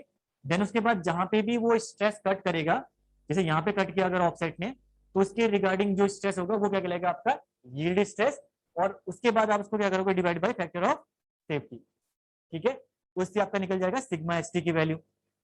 एक दो टर्म यहाँ पे और है इसमें, ये आपको बोल रहा है यील्ड स्ट्रेंथ भी बोल रहा है और अल्टीमेट स्ट्रेंथ भी बोल रहा है, इसी पॉइंट में है ना कहीं पे, यील्ड स्ट्रेंथ और अल्टीमेट स्ट्रेंथ। तो देखिए कभी भी जैसे माइल्ड स्टील है, दो स्ट्रेंथ होती है, एक तो होती है यील्ड स्ट्रेंथ, एक होती है अल्टीमेट स्ट्रेंथ। यील्ड स्ट्रेंथ तो वो स्ट्रेंथ होती है जहां से फेलियर आपका स्टार्ट होता है, लेकिन फेलियर हुआ नहीं है, फेलियर वहां से क्या होना स्टार्ट हुआ। और जो अल्टीमेट स्ट्रेंथ होती है वो होता है आपका मैक्सिमम स्ट्रेंथ जो कि कोई भी आपका मटेरियल कैरी कर पा रहा है, ठीक है। अगर माइल्ड स्टील की मैं बात करूं तो यील्डिंग तो स्टार्ट यहाँ पे से हुई ना, फेलियर आपका यहीं से स्टार्ट हो रहा है, अल्टीमेट स्ट्रेंथ इसकी रहेगी आपकी यहाँ पे, this is the ultimate strength, यानी इतना ही स्ट्रेंथ मैक्सिमम वो क्या कर पाएगा, कैरी कर पाएगा। यहाँ पे मैं लिख देता हूँ एफ अल्टीमेट, इसको मैं लिख रहा हूँ एफ अल्टीमेट, ठीक है, दिस इज एफ अल्टीमेट, ठीक है। इससे ऊपर स्ट्रेंथ वो नहीं ले पा रहा है, तो आप समझ पा रहे हो अल्टीमेट स्ट्रेंथ और यील्ड स्ट्रेंथ में आपका डिफरेंस क्या है, हमेशा आपकी अल्टीमेट स्ट्रेंथ क्या होगी, ज्यादा होगी as compared to the yield strength, ठीक है। तो दोनों स्ट्रेंथ के बीच में डिफरेंस समझे, तो यही पॉइंट था आपका, ये पॉइंट आपका यही कह रहा था, क्या कह रहा था, in this method the ultimate strength of concrete and yield strength और 0.2% of proof stress of steel are divided by factor of safety to obtain the permissible stresses, ठीक है। ये मैं स्टील के पर्सपेक्टिव में समझा रहा हूँ, यही चीजें आपका कंक्रीट के लिए भी लागू होंगी, ठीक है ना। कंक्रीट के लिए फेलियर स्ट्रेंथ कितनी होती है, एचसी के ना, होती नहीं होती 28 डेज में जो स्ट्रेंथ निकलेगी वही तो फेलियर स्ट्रेंथ होती है। इसमें आप अप्लाई करोगे फैक्टर ऑफ सेफ्टी, इसमें क्या अप्लाई करोगे आप, फैक्टर ऑफ सेफ्टी यहाँ पे यील्ड स्ट्रेंथ में, तो यहाँ से परमिसिबल स्ट्रेस जो निकल के आएगी, ये परमिसिबल स्ट्रेस कहलाएगी आपकी सिग्मा सीबीसी, अभी लिखाऊंगा इसके बारे में मैं, अभी लिखना बता इसको, सिग्मा सीबीसी, ये परमिसिबल स्ट्रेस। जैसे कॉन्क्रीट में आपने परमिसिबल स्ट्रेस क्या लिखा, सिग्मा एसटी, ठीक है, permissible tensile stress of steel बोलते हैं इसको, ठीक है, ये निकल के आई सिग्मा एसटी। ये कहलाएगी आपकी permissible compressive stress in bending in compression, ठीक है, मतलब सिंपल सा आप इतना बोल दो इसको, परमिसिबल बेंडिंग कॉम्प्रेसिव स्ट्रेस, ठीक है ना। और कॉम्प्रेसिव स्ट्रेस कहाँ पे निकलती है, कॉन्क्रीट में। तो जो सिग्मा एसटी के लिए डिजाइन हम करेंगे स्टील के लिए, सिग्मा सीबीसी के लिए डिजाइन किसके लिए करेंगे हम लोग, कॉन्क्रीट को, और सिग्मा सीबीसी निकलती है आपकी एफसीके में, फैक्टर ऑफ सेफ्टी लगा दोगे, क्लियर है। तो वही कॉन्सेप्ट है डब्ल्यूएसएन में, सेम रहने वाला है स्टील और कॉन्क्रीट में। इसके ड्रॉबैक्स लिखिए हेडिंग में, हेडिंग लिखिए इसके ड्रॉबैक्स, कुछ ड्रॉबैक्स भी हैं इसके जो हमें डिस्कस करने जरूरी है।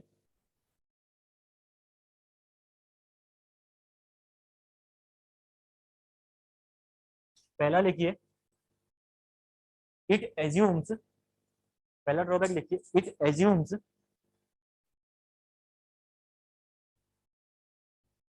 concrete is elastic, it assumes concrete is elastic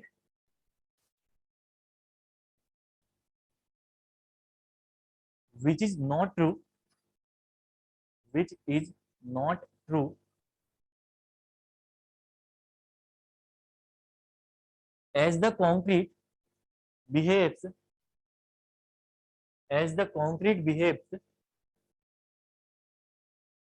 inelastically, inelastically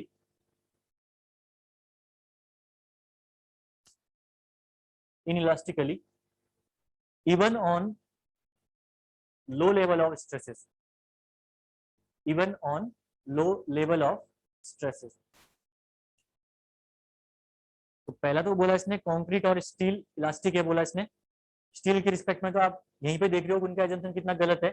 steel देखिए, स्टील में कितना प्लास्टिक रीजन आ रहा है यहाँ पे, ठीक है, वो तो पहले ही गलत हो गया। अब आप बोलोगे कंक्रीट तो हो सकती है इलास्टिक, देखिए कंक्रीट आपकी इलास्टिक होती है लेकिन लो लेवल ऑफ स्ट्रेसेस में, ठीक है, वो बहुत स्ट्रेसेस आपकी कैरी नहीं कर पाती कंक्रीट भी, कुछ टाइम के बाद वो क्या हो जाती है, फेल कर जाती है। तो कंक्रीट को भी हम एकदम परफेक्टली यहाँ पे इलास्टिक नहीं बोलते हैं, ठीक है ना। तो पहला तो ये एजेंशन इन लोगों का गलत हो गया कि स्टील और कंक्रीट क्या है, इलास्टिक है। तो यानी जो इन्होंने इलास्टिक मेथड बोला मैंने आपको WSM, ये एक्चुअल में क्या है, इलास्टिक मेथड आपकी नहीं है एक्चुअल में देखा जाएगा, ठीक है ना, भले उन्होंने एज्यूम कर रखा है। सेकंड पॉइंट लिखिए, it uses factor of safety, it uses factor of safety, it uses factor of safety for stresses only, it uses factor of safety for stresses only, stresses only, and not for loads, and not for loads,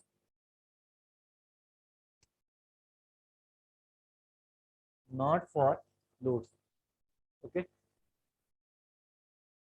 hence full stop लिखिए, hence this method does not consider, hence this method does not consider uncertainties due to loads, hence this method does not consider uncertainties due to loads.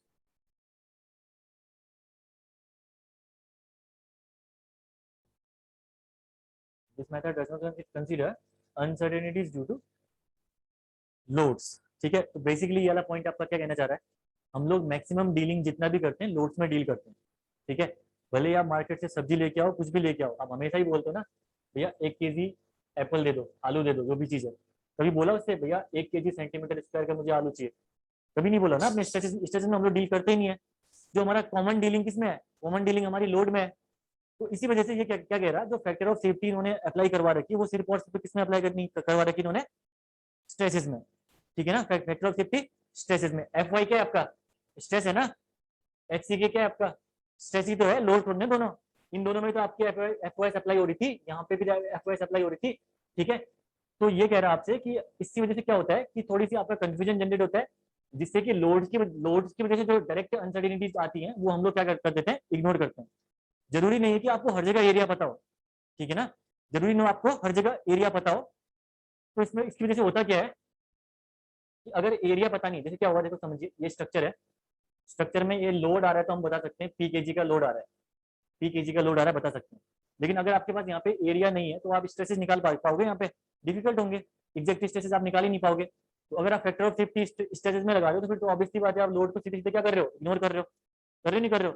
तो ये इसीलिए कह रहा कि common terms में हम load use करते हैं, लेकिन यहाँ पे इन्होंने स्ट्रेसेस में फैक्टर ऑफ सेफ्टी लगा रखी, जो कि हमारे लिए क्या करेगा, डिफिकल्टी जनरेट करेगा अगर एक्चुअल कंडीशन में हम फील्ड में उतरे, ठीक है ना। ये पॉइंट कह रहा है, सेकंड वाला पॉइंट। देन थर्ड लिखिए इसमें, it does not account, it does not account for shrinkage, it does not account for shrinkage and creep, shrinkage and creep, which are time dependent, which are time dependent and plastic in nature, which are time dependent and plastic in nature। तो shrinkage और creep आपने कल ही पढ़ा है, दोनों permanent deformation है, ठीक है, और उनका इफेक्ट इन्होंने अपनी डिजाइनिंग में कहीं पे भी कंसीडर किया ही नहीं है, ठीक है। ये इसका ड्रॉबैक है एक। तो लास्ट लिखिए, लास्ट लिखिए, this method gives, this method gives uneconomical sections, this method gives uneconomical sections।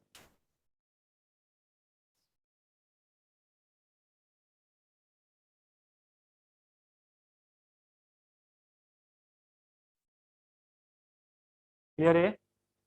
किसी को दिक्कत कोई भी पॉइंट पे तो बताइए। क्लियर ना? नेक्स्ट लिखिए, अब हेडिंग डालिए factor of safety calculation. Factor of safety हमने बता तो दी, इतनी होती है, ये होती है, ठीक है, लेकिन हमें पता तो एक्चुअल में उसकी वैल्यू कितनी है, कैसे कैलकुलेट करते हैं factor of safety. Factor of safety, factor of safety FOS, इसको ब्रैकेट में लिख रहा हूँ, ठीक है। सबसे पहले हम डिस्कस करने वाले हैं कंक्रीट के लिए। फैक्टर ऑफ सेफ्टी हम लोग डिस्कस करेंगे कंक्रीट के लिए। एक पॉइंट आपने अभी पढ़ रखा है, factor of safety apply to stresses only, stresses only, no factor of safety taken for loads। ये पॉइंट अभी आपने यहाँ पे पढ़ा हुआ है, इसी को मैंने यहाँ पे दोबारा लिख भी दिया कि हम लोग फैक्टर ऑफ सेफ्टी सिर्फ और सिर्फ स्ट्रेसेस के लिए पढ़ेंगे और फैक्टर ऑफ सेफ्टी हम लोग लोड्स के लिए कंसीडर नहीं करेंगे।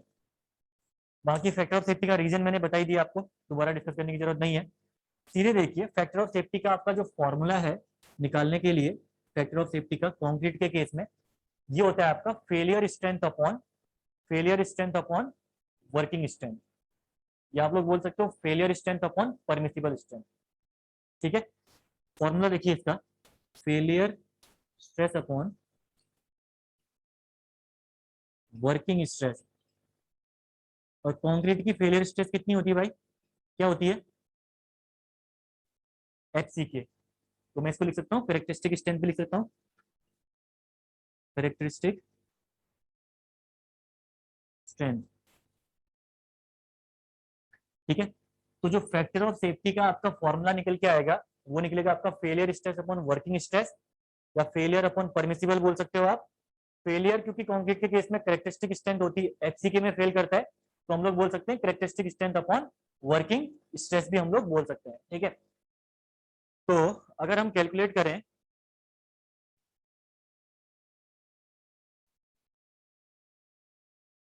पॉइंट लिखाने भूल गया मैं, फिर इसके बाद वाले पे यहीं पे इसके बाद मैं नोट करके लिखा रहा हूँ आपको, ठीक है ना। कुछ पॉइंट है, छूटे हुए पॉइंट है, उनको लिख रहे हैं।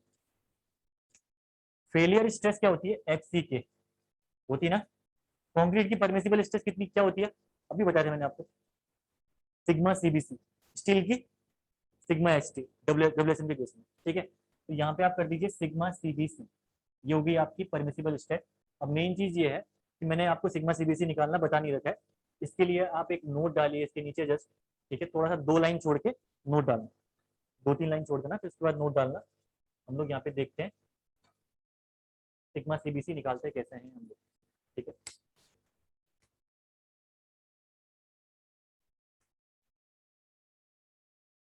अब लिखिए यहाँ पे परमिसिबल, परमिसिबल पहला लिखना परमिसिबल, और नोट में लिखना फॉर WSM, फॉर WSM में इसका यूज करेंगे। Permissible bending compressive strength of concrete,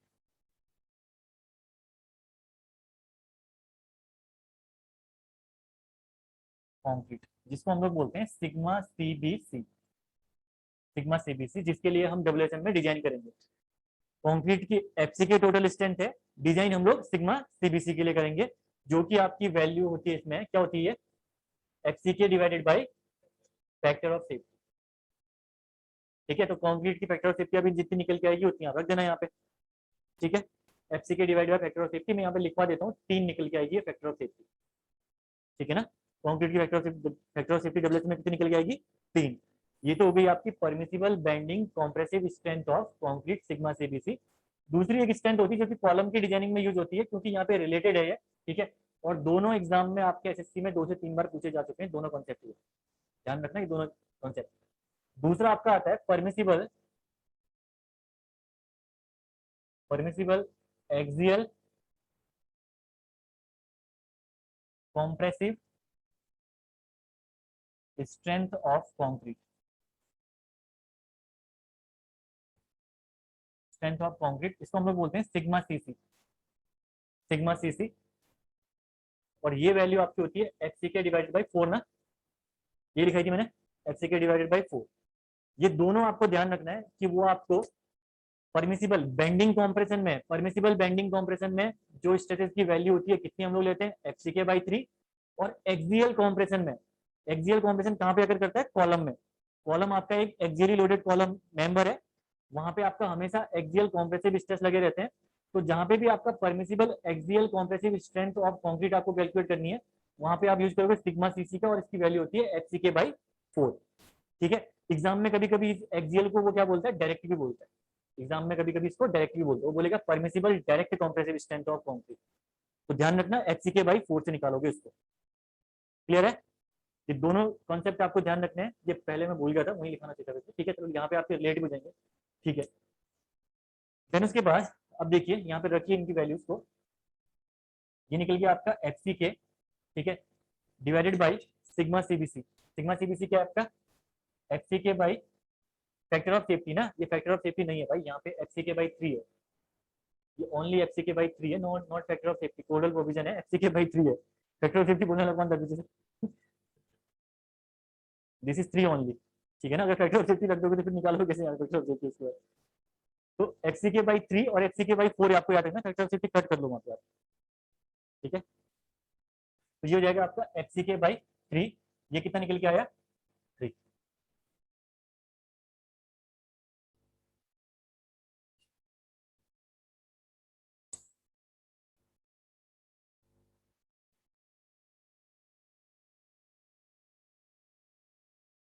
F C K by 3 करा आपने तो 3 निकल के आया। एग्जाम्पल आप देख भी सकते हो, M30 का और M20 कंक्रीट का निकाल के बताइए जरा एग्जाम्पल में। देखिए ये तो 3 निकल के आ गई, लेकिन क्या जो ग्रेड्स हैं उनमें ये अप्लाई हो रही है या नहीं हो रही। एग्जाम्पल अगर आप देखिए M30 का, साथ में आप एग्जाम्पल देख लीजिए M25 का। तो इन दोनों के लिए फैक्टर ऑफ सेफ्टी जरा निकालना जरा। सेम फॉर्मूला लगाना है, failure strength upon working strength, F C K by sigma CBC लगाओ, कितना निकल के आ रहा है देखना जरा। हाँ, दोनों में ऑलमोस्ट आएगी ना। हाँ, अगर आप यही वैल्यूज रख दोगे डायरेक्टली तो फिर तो 3 निकल के आनी है। आप एक काम करिए, वैल्यूज रख के करिए दोनों में। ठीक है ना, वैल्यूज में एच सी के की वैल्यू 30 के केस में कितनी है, 30। बाकी करके करिए एक बार, करो एक बार देखो। M30 के केस में आपका क्या हो जाएगा, अगेन एफ सी के अपॉन सिग्मा सीबीसी ना, sigma CBC. F C K कितना है यहाँ पे, 30, 30 डिवाइडेड बाई सिग्मा सीबीसी है आपका एफ सी के बाई 3, यानी 30/3 हो जाएगा ये, 30/3 10 हो गया, तो ये कितना आया, 3। अगला आपका है M25 कंक्रीट के लिए, अगेन आपको फॉर्मूला तो वही अप्लाई करना है, F C K by sigma CBC, sigma CBC. F C K कितना है 25, इसका सिग्मा सीबीसी कितना आ रहा है देखना, 8.33 आ रहा है क्या, देखो 8.5, पक्का नहीं आएगा। हाँ वो कर सकते हो आप वैसे भी, लेकिन मैं वैल्यूज रख के कर रहा हूँ, आप डायरेक्टली करो कोई दिक्कत नहीं है उसमें। कितना है ये वैल्यू, 25/8.33 आ रहा होगा ना, 8.33। तो ये वैल्यू देखना कितनी निकल के आ रही है, निकालो कितनी निकल के आ रही।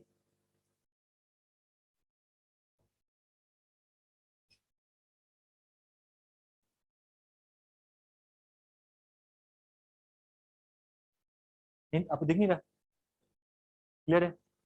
थोड़ा सा इधर कर लो ना, कुछ जगह तो आई। यहाँ पे 25 करके 3.01 आ रही होगी ना।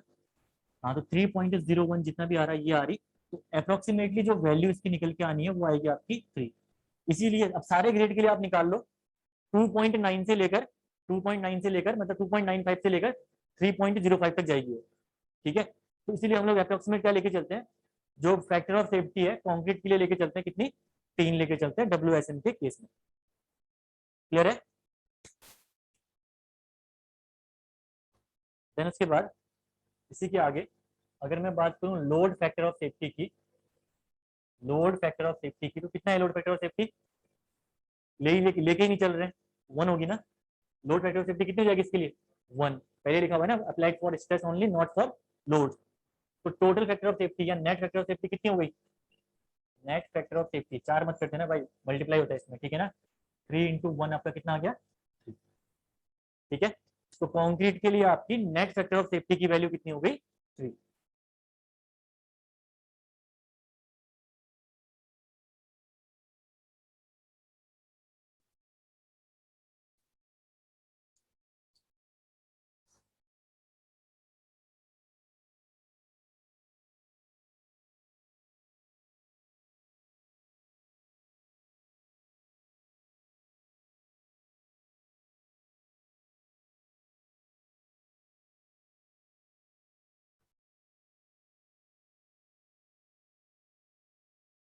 हो गया सबका? अगला कंक्रीट के बाद दूसरा स्टील की भी चेक करेंगे फैक्टर ऑफ सेफ्टी।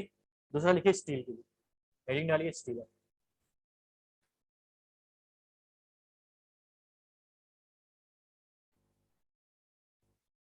अगेन आपका स्टील में भी वही चीज है, यहाँ पे भी स्ट्रेस के लिए ही फैक्टर ऑफ सेफ्टी आपको कंसीडर करनी है, कंक्रीट के लिए तो कंसीडर करनी है नहीं। फॉर्मूले में आपका देखते हैं इसके बारे में।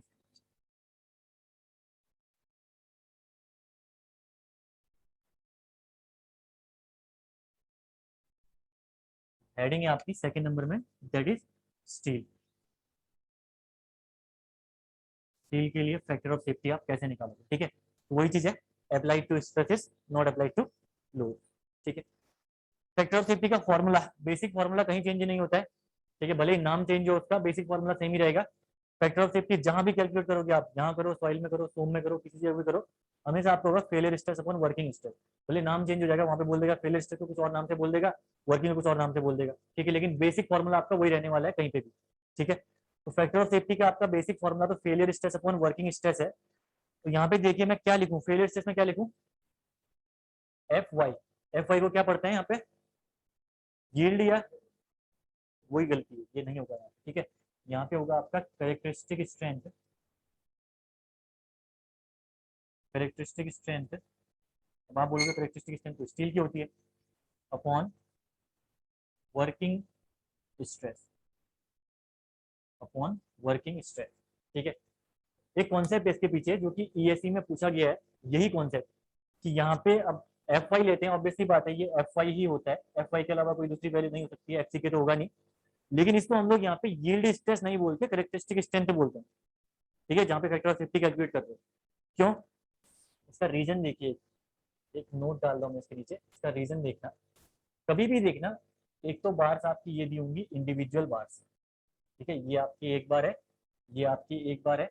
उसने बोला Fe4on5, Fe4on5, मतलब नंबर ऑफ बार्स आपको पता है यहाँ पे 2 बार्स है number of bars.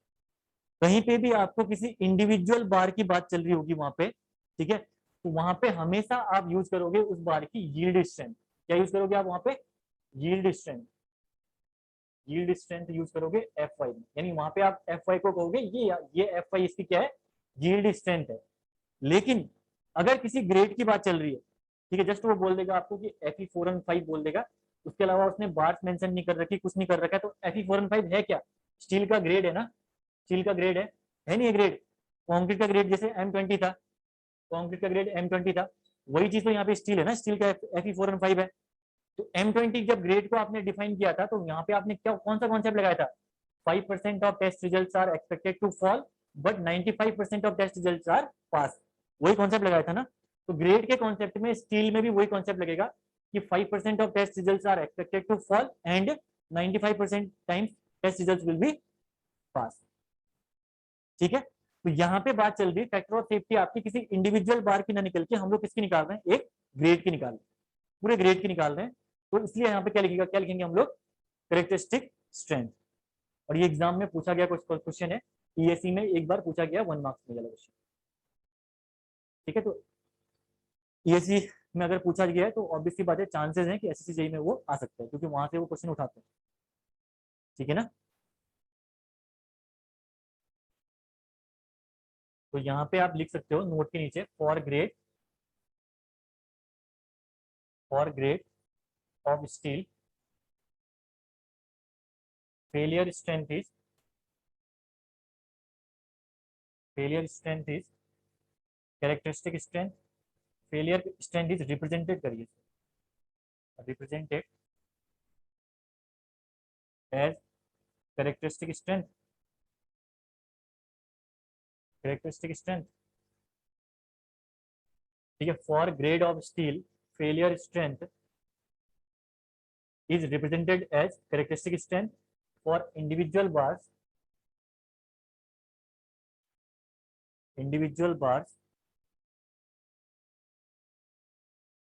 failure strength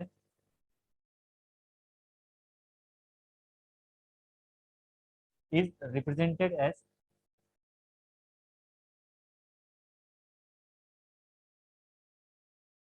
consistent yield strength, yield strength, ठीक है, रिप्रेजेंटेड एज yield strength। तो ये दोनों कॉन्सेप्ट आपको ध्यान रखना है। कैरेक्टरिस्टिक स्ट्रेंथ आपको कहाँ पे यूज करना है, आप तो यहाँ पे हर जगह yield strength ही लेके चलोगे, ठीक है, लेकिन just for the basic knowledge मैंने आपको ये बता दिया कि एग्जाम में कभी पूछ ले तो वहाँ पे गलती ना हो, क्योंकि क्वेश्चन में तो ऑब्वियस सी बात है आपको नंबर ऑफ बार्स मेंशन कर ही रखे होंगे, तो अगर वहाँ पे फैक्टर ऑफ सेफ्टी निकालने की जरूरत पड़ती है तो वहाँ पे तो आप yield strength ही निकालोगे, है ना। लेकिन अगर पूरे ग्रेड की अगर हम बात करें FE415, FE500 या FE250, तो उस केस में आपका हमेशा आप लेके चलोगे characteristic strength, not the yield strength, failure strength, ठीक है। तो कैरेक्टरिस्टिक स्ट्रेंथ यहाँ पे क्या हो जाएगी, Fy divided by working stress, इसका क्या हो जाएगा, सिग्मा एस टी ना, सिग्मा एस टी इसकी वर्किंग स्ट्रेस हो जाएगी, जो कि हमने डिस्कस किया था कि आपका जो स्टील है वो आपका सिग्मा एस टी के लिए डिजाइन होगा। तो ये हो जाएगा आपका F Y upon sigma S T की वैल्यू होती क्या है, यस 0.55 ऑफ एफ वाई, तो ये कितनी निकल के आई 1.80, 1.8 के अराउंड निकल के आएगी ये आपकी वैल्यू। पहले बताया था ना मैंने सिग्मा एस टी कैसे निकलता है, एफ वाई बाई अभी तो बताया 1.8, और एफ वाई बाई 1.8 को ही मैंने क्या कर दिया 1.55 कर दिया, ठीक है। तो ये आ गया आपका 1.80 factor of safety for steel.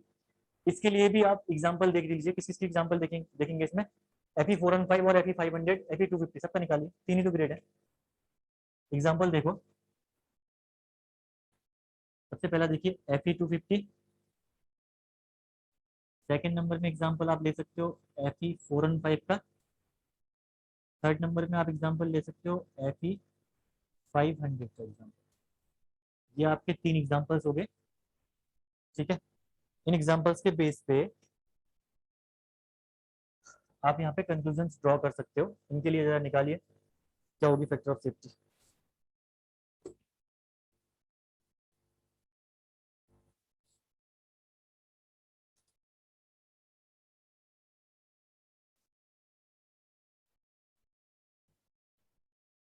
पहले के लिए 1.79 आ रहा होगा ना, उसके बाद 1.80 आएगा, देन 1.82 निकालो फटाफट यार आप लोग।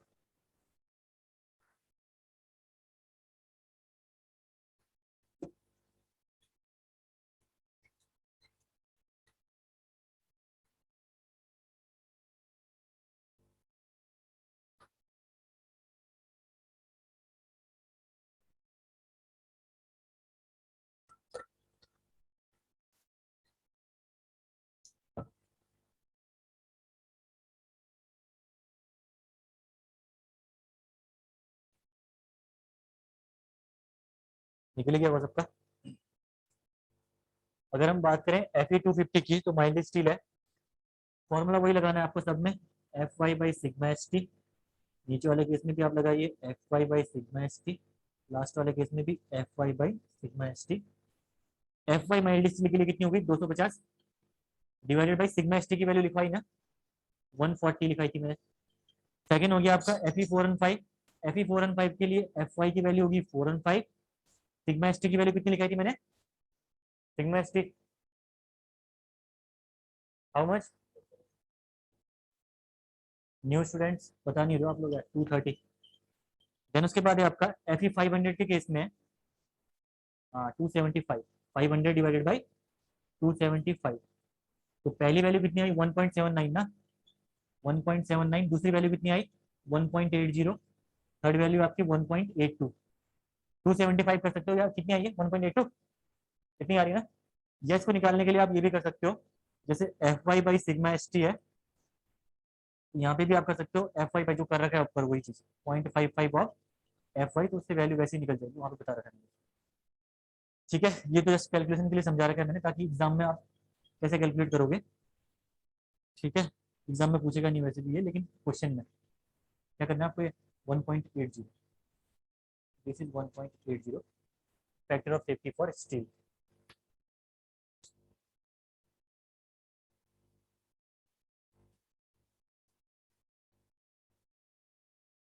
तो यहाँ पे भी वही चीज है, लोड फैक्टर ऑफ सेफ्टी कितनी हो जाएगी, लोड फैक्टर ऑफ सेफ्टी 1 है। ठीक है, और सेकेंड आपकी नेट फैक्टर ऑफ सेफ्टी की अगर मैं बात करूं तो 1.8 इंटू 1 यानी 1.8, तो भी लिख लीजिए आप लोग।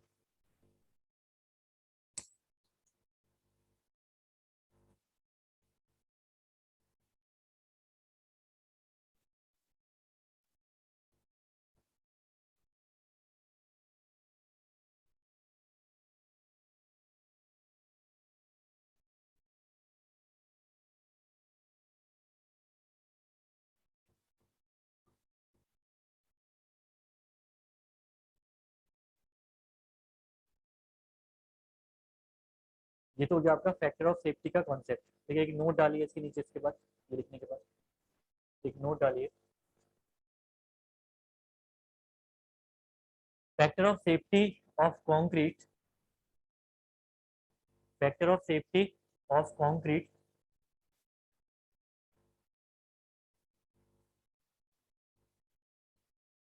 नोट डालने से पहले समझ ही ले रहे हो, नहीं लिख लो, हाँ लिख देते हैं, इतना कोई दिक्कत नहीं। आपको एक चीज यहाँ पे देखने को मिली होगी दोनों में, कंक्रीट की फैक्टर ऑफ सेफ्टी आपकी 3 आई, स्टील की फैक्टर ऑफ सेफ्टी आपकी 1.8 आई। बहुत हाई डिफरेंस है ना इन दोनों में। इतना डिफरेंस क्यों लिया गया है, yes because of the quality. Concrete आप कहाँ पे प्रिपेयर करते हो, फील्ड में प्रिपेयर करते हो, खुद आप प्रपोजल्स यूज कर रहे हो, तो क्वालिटी कंट्रोल प्रॉपर मेंटेन नहीं हो पाता है फील्ड में जब आप कंक्रीट प्रिपेयर करते हो। तो स्टील आपकी कहाँ बनती है, लैब में बनती है। ठीक है, सॉफ्ट में या लैब में बनती है स्टील आपकी, वहां पे आपके प्रोपोजल्स, ठीक है मशीन बना रही है उसको ना, तो प्रोपोजल्स ये चीजें सब क्या होगा, एकदम फिक्स होगा। तो इस वजह से क्या होगा, क्वालिटी कंट्रोल आपका ऑब्वियस सी बात है लैब में अच्छा मिल पाएगा as compared to the field. ठीक है, इंसानों से आपके जो मशीन है वो अच्छा वर्क करती है ना, वही चीज है ना। कॉन्क्रीट को आप खुद ही तो प्रिपेयर कर रहे हो, तो कॉन्क्रीट खुद प्रिपेयर करोगे तो उसके बाद क्वालिटी थोड़ी सी कॉम्प्रोमाइज हो जाती है, इसलिए हम लोग क्या करते हैं, फैक्टर ऑफ सेफ्टी बढ़ा के लेके चलते हैं इस केस में।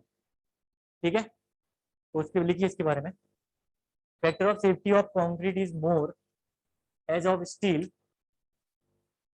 factor of safety of concrete is more as of steel because quality control on concrete, because quality control on concrete is not as good as steel, is not as good as steel. This question also asked in examination, SSC JE में पूछा हुआ question है यही, कि steel की factor of safety कम क्यों ले रहे हैं, कंक्रीट की ज्यादा क्यों ले रहे हैं। तो सेम आपको रीजन लिखना है, this is the region, quality control.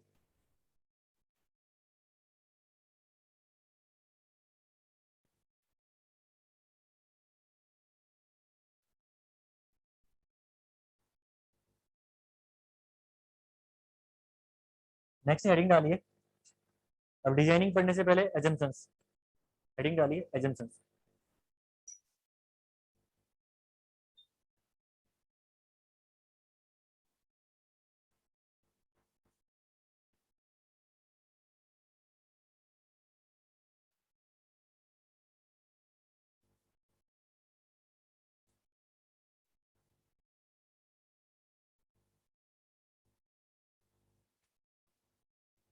Next heading है आपकी assumptions.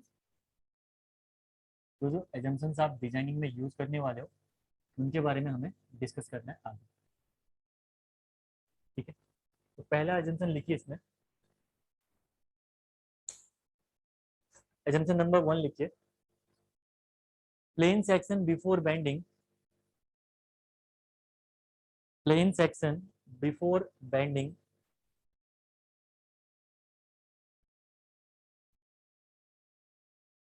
remains plain after the bending,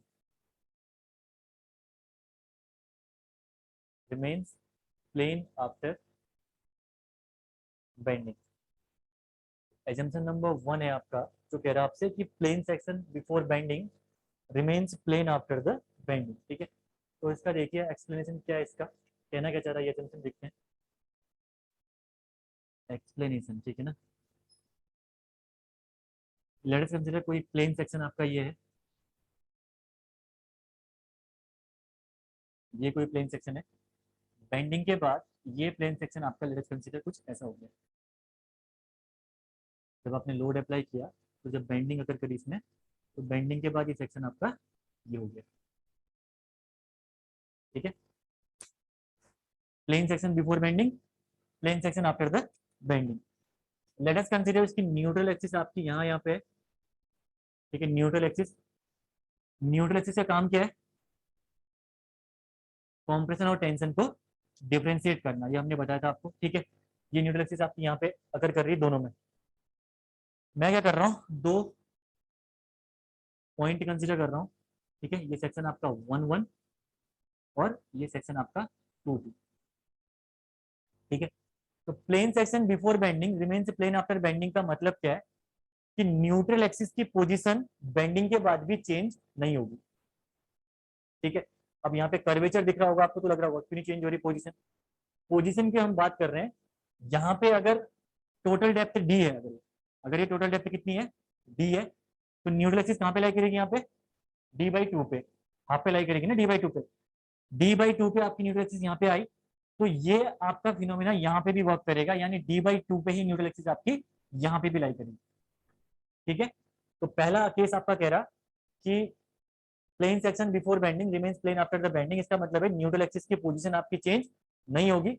अब न्यूट्रल एक्सिस की पोजीशन चेंज नहीं होने का बेनिफिट कहाँ पे आपको, बेनिफिट वहां पे है कि अगर आप यहाँ पे स्ट्रेन डायग्राम ड्रॉ करो 1 1 और 2 2 पे, लेट्स कंसीडर आपका 1 1 बेंडिंग के बाद स्ट्रेन आया 1 1 पे, और ये स्ट्रेन आया 2 2 पे, तो यहाँ पे जो स्ट्रेन आपका निकल के आएगा लीनियर स्ट्रेन निकल के आएगा दोनों केस में, in case of 1 1 and in case of 2 2। तो यहाँ पे स्ट्रेन क्या रहेगा आपका, लीनियर, पूरा स्ट्रेन आपका लीनियर रहेगा, यहाँ पे भी स्ट्रेन आपका लीनियर रहेगा।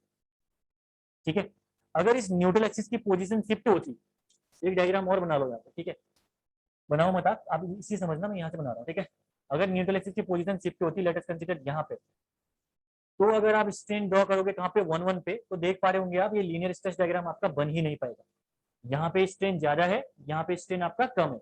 ठीक है ना, यहाँ पे आपका इक्वल स्ट्रेन होगा इस वाले रीजन में भी, इक्वल स्ट्रेन आपका इस वाले रीजन में भी होगा।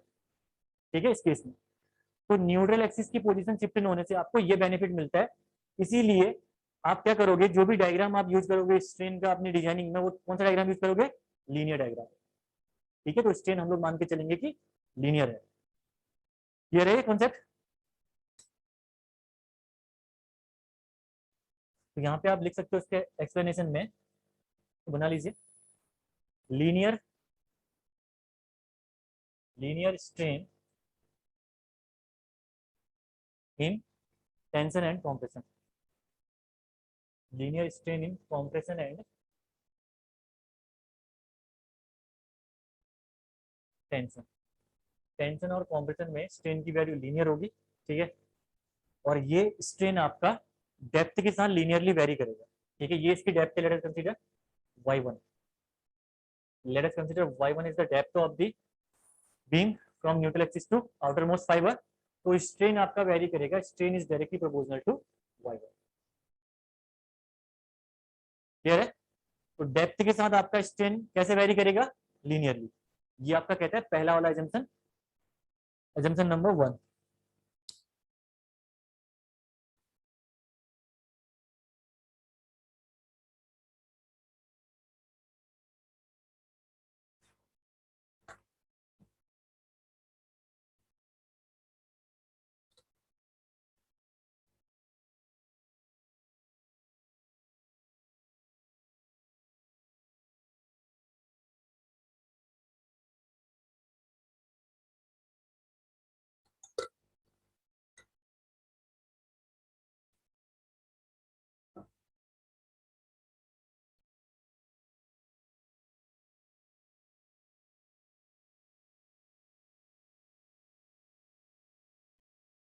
इसी एजम्पशन को ना कहीं कहीं जगह बर्नौलीज एजम्पशन भी बोलते हैं। जैसे आप प्लास्टिक एनालिसिस पढ़ोगे, वहां पे हम लोग इसको बर्नौलीज एजम्पशन भी बोलते हैं, तो आप लिख भी लो इसको अगर एग्जाम में पूछ दिया कभी कि this assumption is also known as Bernoulli's assumption, Bernoulli theorem या बर्नौली एजम्पशन बोल सकते हैं।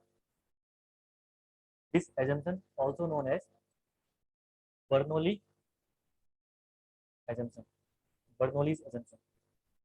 चलो एग्जाम में कभी पूछ दिया तो बर्नौलीज एजम्पशन कौन सा होता है, तो पहला वाला एजम्पशन है plane section before bending remains plane after bending. जब हम प्लास्टिक एनालिसिस पढ़ते हैं स्टील में तो उस केस में हम यहाँ पे इसका डिस्कशन करते हैं कि ये बर्नौली का एजम्पशन है।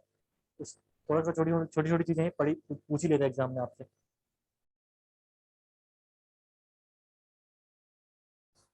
क्लियर है? लिखिए सेकंड नंबर का एजम्पशन। आज ज्यादा थकान होगी बीडी घंटी क्लास में। एजम्पशन नंबर 2 लिखिए। ये कहेगा आपका all tensile stresses are to be taken by all tensile stresses are to be taken by steel only,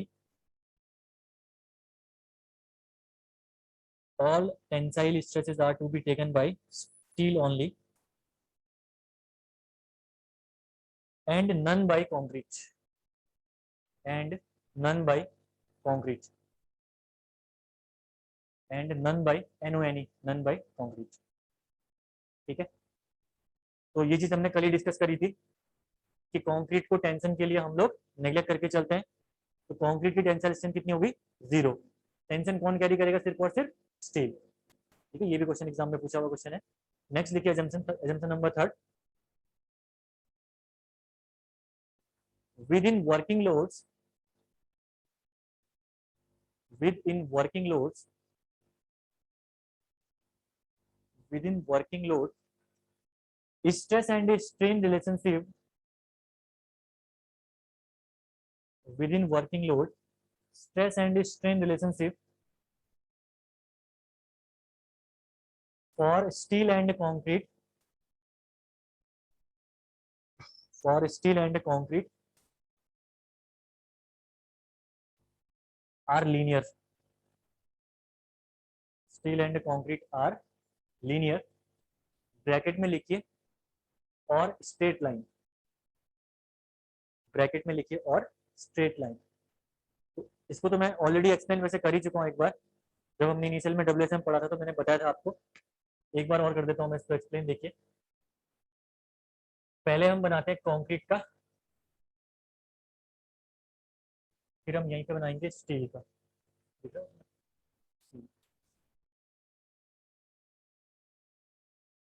ठीक है, ठीक है।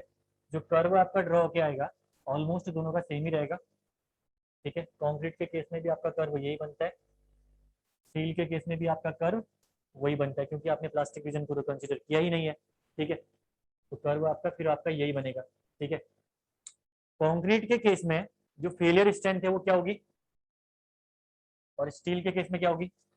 बताना जरा। कंक्रीट के केस में क्या होगी? क्या लिखूं यहाँ पे फेलियर स्ट्रेंथ में? FCK, yes FCK। और स्टील के केस में FY।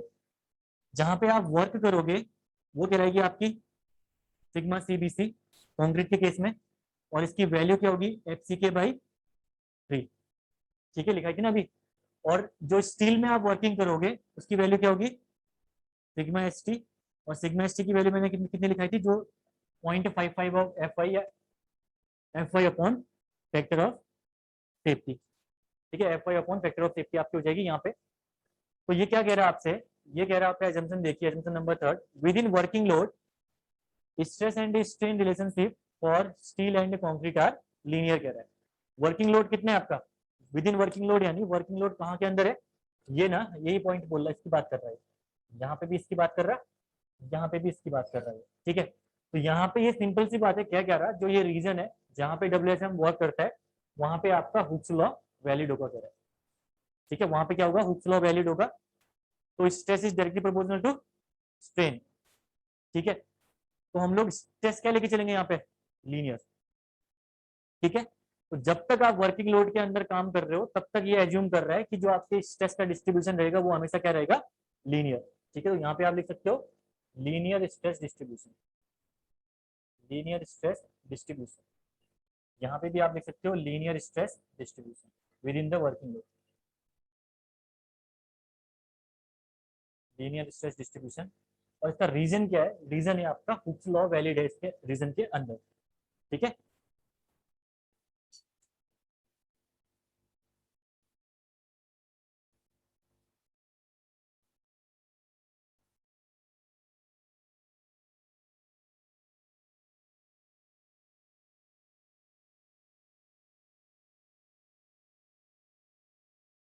तो स्ट्रेस और स्ट्रेन दोनों के दोनों को इन्होंने क्या कर दिया? लीनियर एज्यूम कर लिया। क्लियर है ना? दोनों चीजें लीनियर एज्यूम कर लिए, तो अब आप जब भी डायग्राम्स बनाओगे अपनी डिजाइनिंग में, तो स्ट्रेस और स्ट्रेन का जो डायग्राम बनेगा वो आपका लीनियर बनेगा। नॉन नॉन लीनियर क्यों नहीं बन रहा? वो क्या दिक्कत है नॉन लीनियर में? अगर नॉन लीनियर होगा तो कैलकुलेशन डिफिकल्ट हो जाएगी ना। अगर आपका स्ट्रेस डायग्राम ये है, ये स्ट्रेस डायग्राम है, तो दो ट्राइंगल है, आप कुछ भी करके यहाँ पे कई चीजें लगा सकते हो। अगर आपका ये नॉन लीनियर है, बाई चांस ये कुछ ऐसा है, कुछ ऐसा है, ठीक है, ये नॉन लीनियर है, फिर उसके बाद आप कुछ कैलकुलेट थोड़ा ना कर पाओगे इसमें, आप कुछ भी कैलकुलेट नहीं कर पाओगे। क्या फॉर्मूला लगाओगे इसमें, बताओ आप? कुछ भी नहीं लगा पाओगे ना। इसीलिए हम लोग क्या करते हैं, एज्यूम करते हैं आइडियल कंडीशन जिसमें आपका स्ट्रेच जो डायग्राम होगा वो क्या होगा? लीनियर होगा। ठीक है ना? ये तो हो गया आपका स्टील और कंक्रीट के बारे में। यहाँ पे लिखना नोट करके एक और, फॉर डिजाइन अगर मैं कंक्रीट की बात करूं, तो कंक्रीट में लेट अस कंसीडर, मैं बोल रहा हूँ, जो हम अप्लाइड स्ट्रेसेस लगा रहे हैं वो है CA. Let us consider CA are the applied stresses in concrete. और ये अप्लाइड स्ट्रेसेस आपके कंक्रीट में हमेशा लेस देन इक्वल टू होनी चाहिए किससे? परमिसिबल से। ठीक है, तो डिजाइन पर्पज में CA is less than equal to sigma CBC for concrete. यानी जो आप अप्लाई कर रहे हो वो अप्लाई आपका परमिसिबल से कम होना चाहिए। ठीक है, और अगर मैं बात करूं स्टील की, तो स्टील के केस में आपका applied stresses let consider TA. TA आप अप्लाई कर रहे हो, और ये अप्लाइड स्ट्रेसेस आपके लेस देन इक्वल टू होने चाहिए किसके? किसके? सिग्मा एस टी के। These are equal to sigma S. तो डिजाइन पर्पज में आपका डब्ल्यूएसएम में हमेशा ये कंडीशन फुलफिल करनी चाहिए। अगर आप आगे डिजाइनिंग करोगे तो ये कंडीशन आपकी फुलफिल करनी चाहिए, जहां पे आपके कंक्रीट के स्ट्रेसेस कभी भी परमिसिबल से ज्यादा नहीं होने चाहिए। अगर ज्यादा चले गए तो हम लोग क्या मानते हैं कि आपका स्ट्रक्चर फेल हो गया है। वैसी कंडीशन आपकी स्टील के साथ भी फॉलो होती है, जहां पे आपके स्टील के जो टेंसाइल स्ट्रेसेस हैं वो आपका परमिसिबल से ज्यादा नहीं जाने चाहिए। Is that clear? किसी को दिक्कत कहीं पे? एक एजम्पशन और बचा हुआ है मॉड्यूलर रेशियो का। वो मॉड्यूलर रेशियो का एजम्पशन हम लोग मंडे को डिस्कस करेंगे। ठीक है, वहीं पे हमें डिस्कस भी करना है किसके बारे में? यूज ऑफ एम, क्या कैसे हम मॉड्यूलर रेशियो का यूज करेंगे। उसके बाद हम उसको इम्प्लीमेंट करके भी दिखाएंगे डेरिवेशन पे आपके सिंगली रेनफोर्स्ड सेक्शन की डिजाइनिंग में। ठीक है ना? तो यहाँ पे अगर किसी को दिक्कत है, कोई क्वेश्चन है तो पूछ सकता है।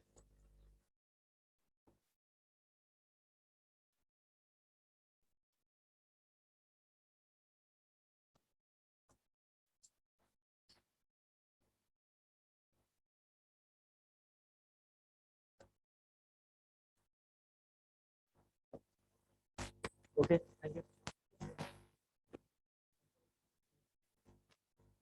अपॉन एफ ओ एस, ये फैक्टर ऑफ सेफ्टी 1.8, ये फैक्टर ऑफ सेफ्टी एक्चुअल में क्या था ना, मैं आपको बताता हूँ, यहाँ पे भी एक्चुअल कंडीशन में फैक्टर ऑफ सेफ्टी ही होगा, क्योंकि ये फैक्टर ऑफ सेफ्टी तीन आपकी डायरेक्टली कैलकुलेट कर रखी है उन्होंने लेबोरेटरी में। तो मैंने आपको बोल दिया कि ये 3 वैल्यू है। एक्चुअल कंडीशन में तो एफसी के बाय फैक्टर ऑफ सेफ्टी होगा। ठीक है, इस केस में भी एक्चुअल कंडीशन में एफसी के बाय फैक्टर ऑफ सेफ्टी होगा, या आप कर सकते हो इसको 1.8, आपकी मर्जी है। ठीक है ना? लेकिन एग्जाम पर्सपेक्टिव आप एफसी के बाई 3 और एफ आई बाई 1.8 याद रखें। ठीक है, लेकिन एक्चुअली जो प्रैक्टिकली कैलकुलेट कर रखा है वो फैक्टर ऑफ सेफ्टी के बेस पे कैलकुलेट किया हुआ है। ठीक है, तो ठीक है, थैंक यू।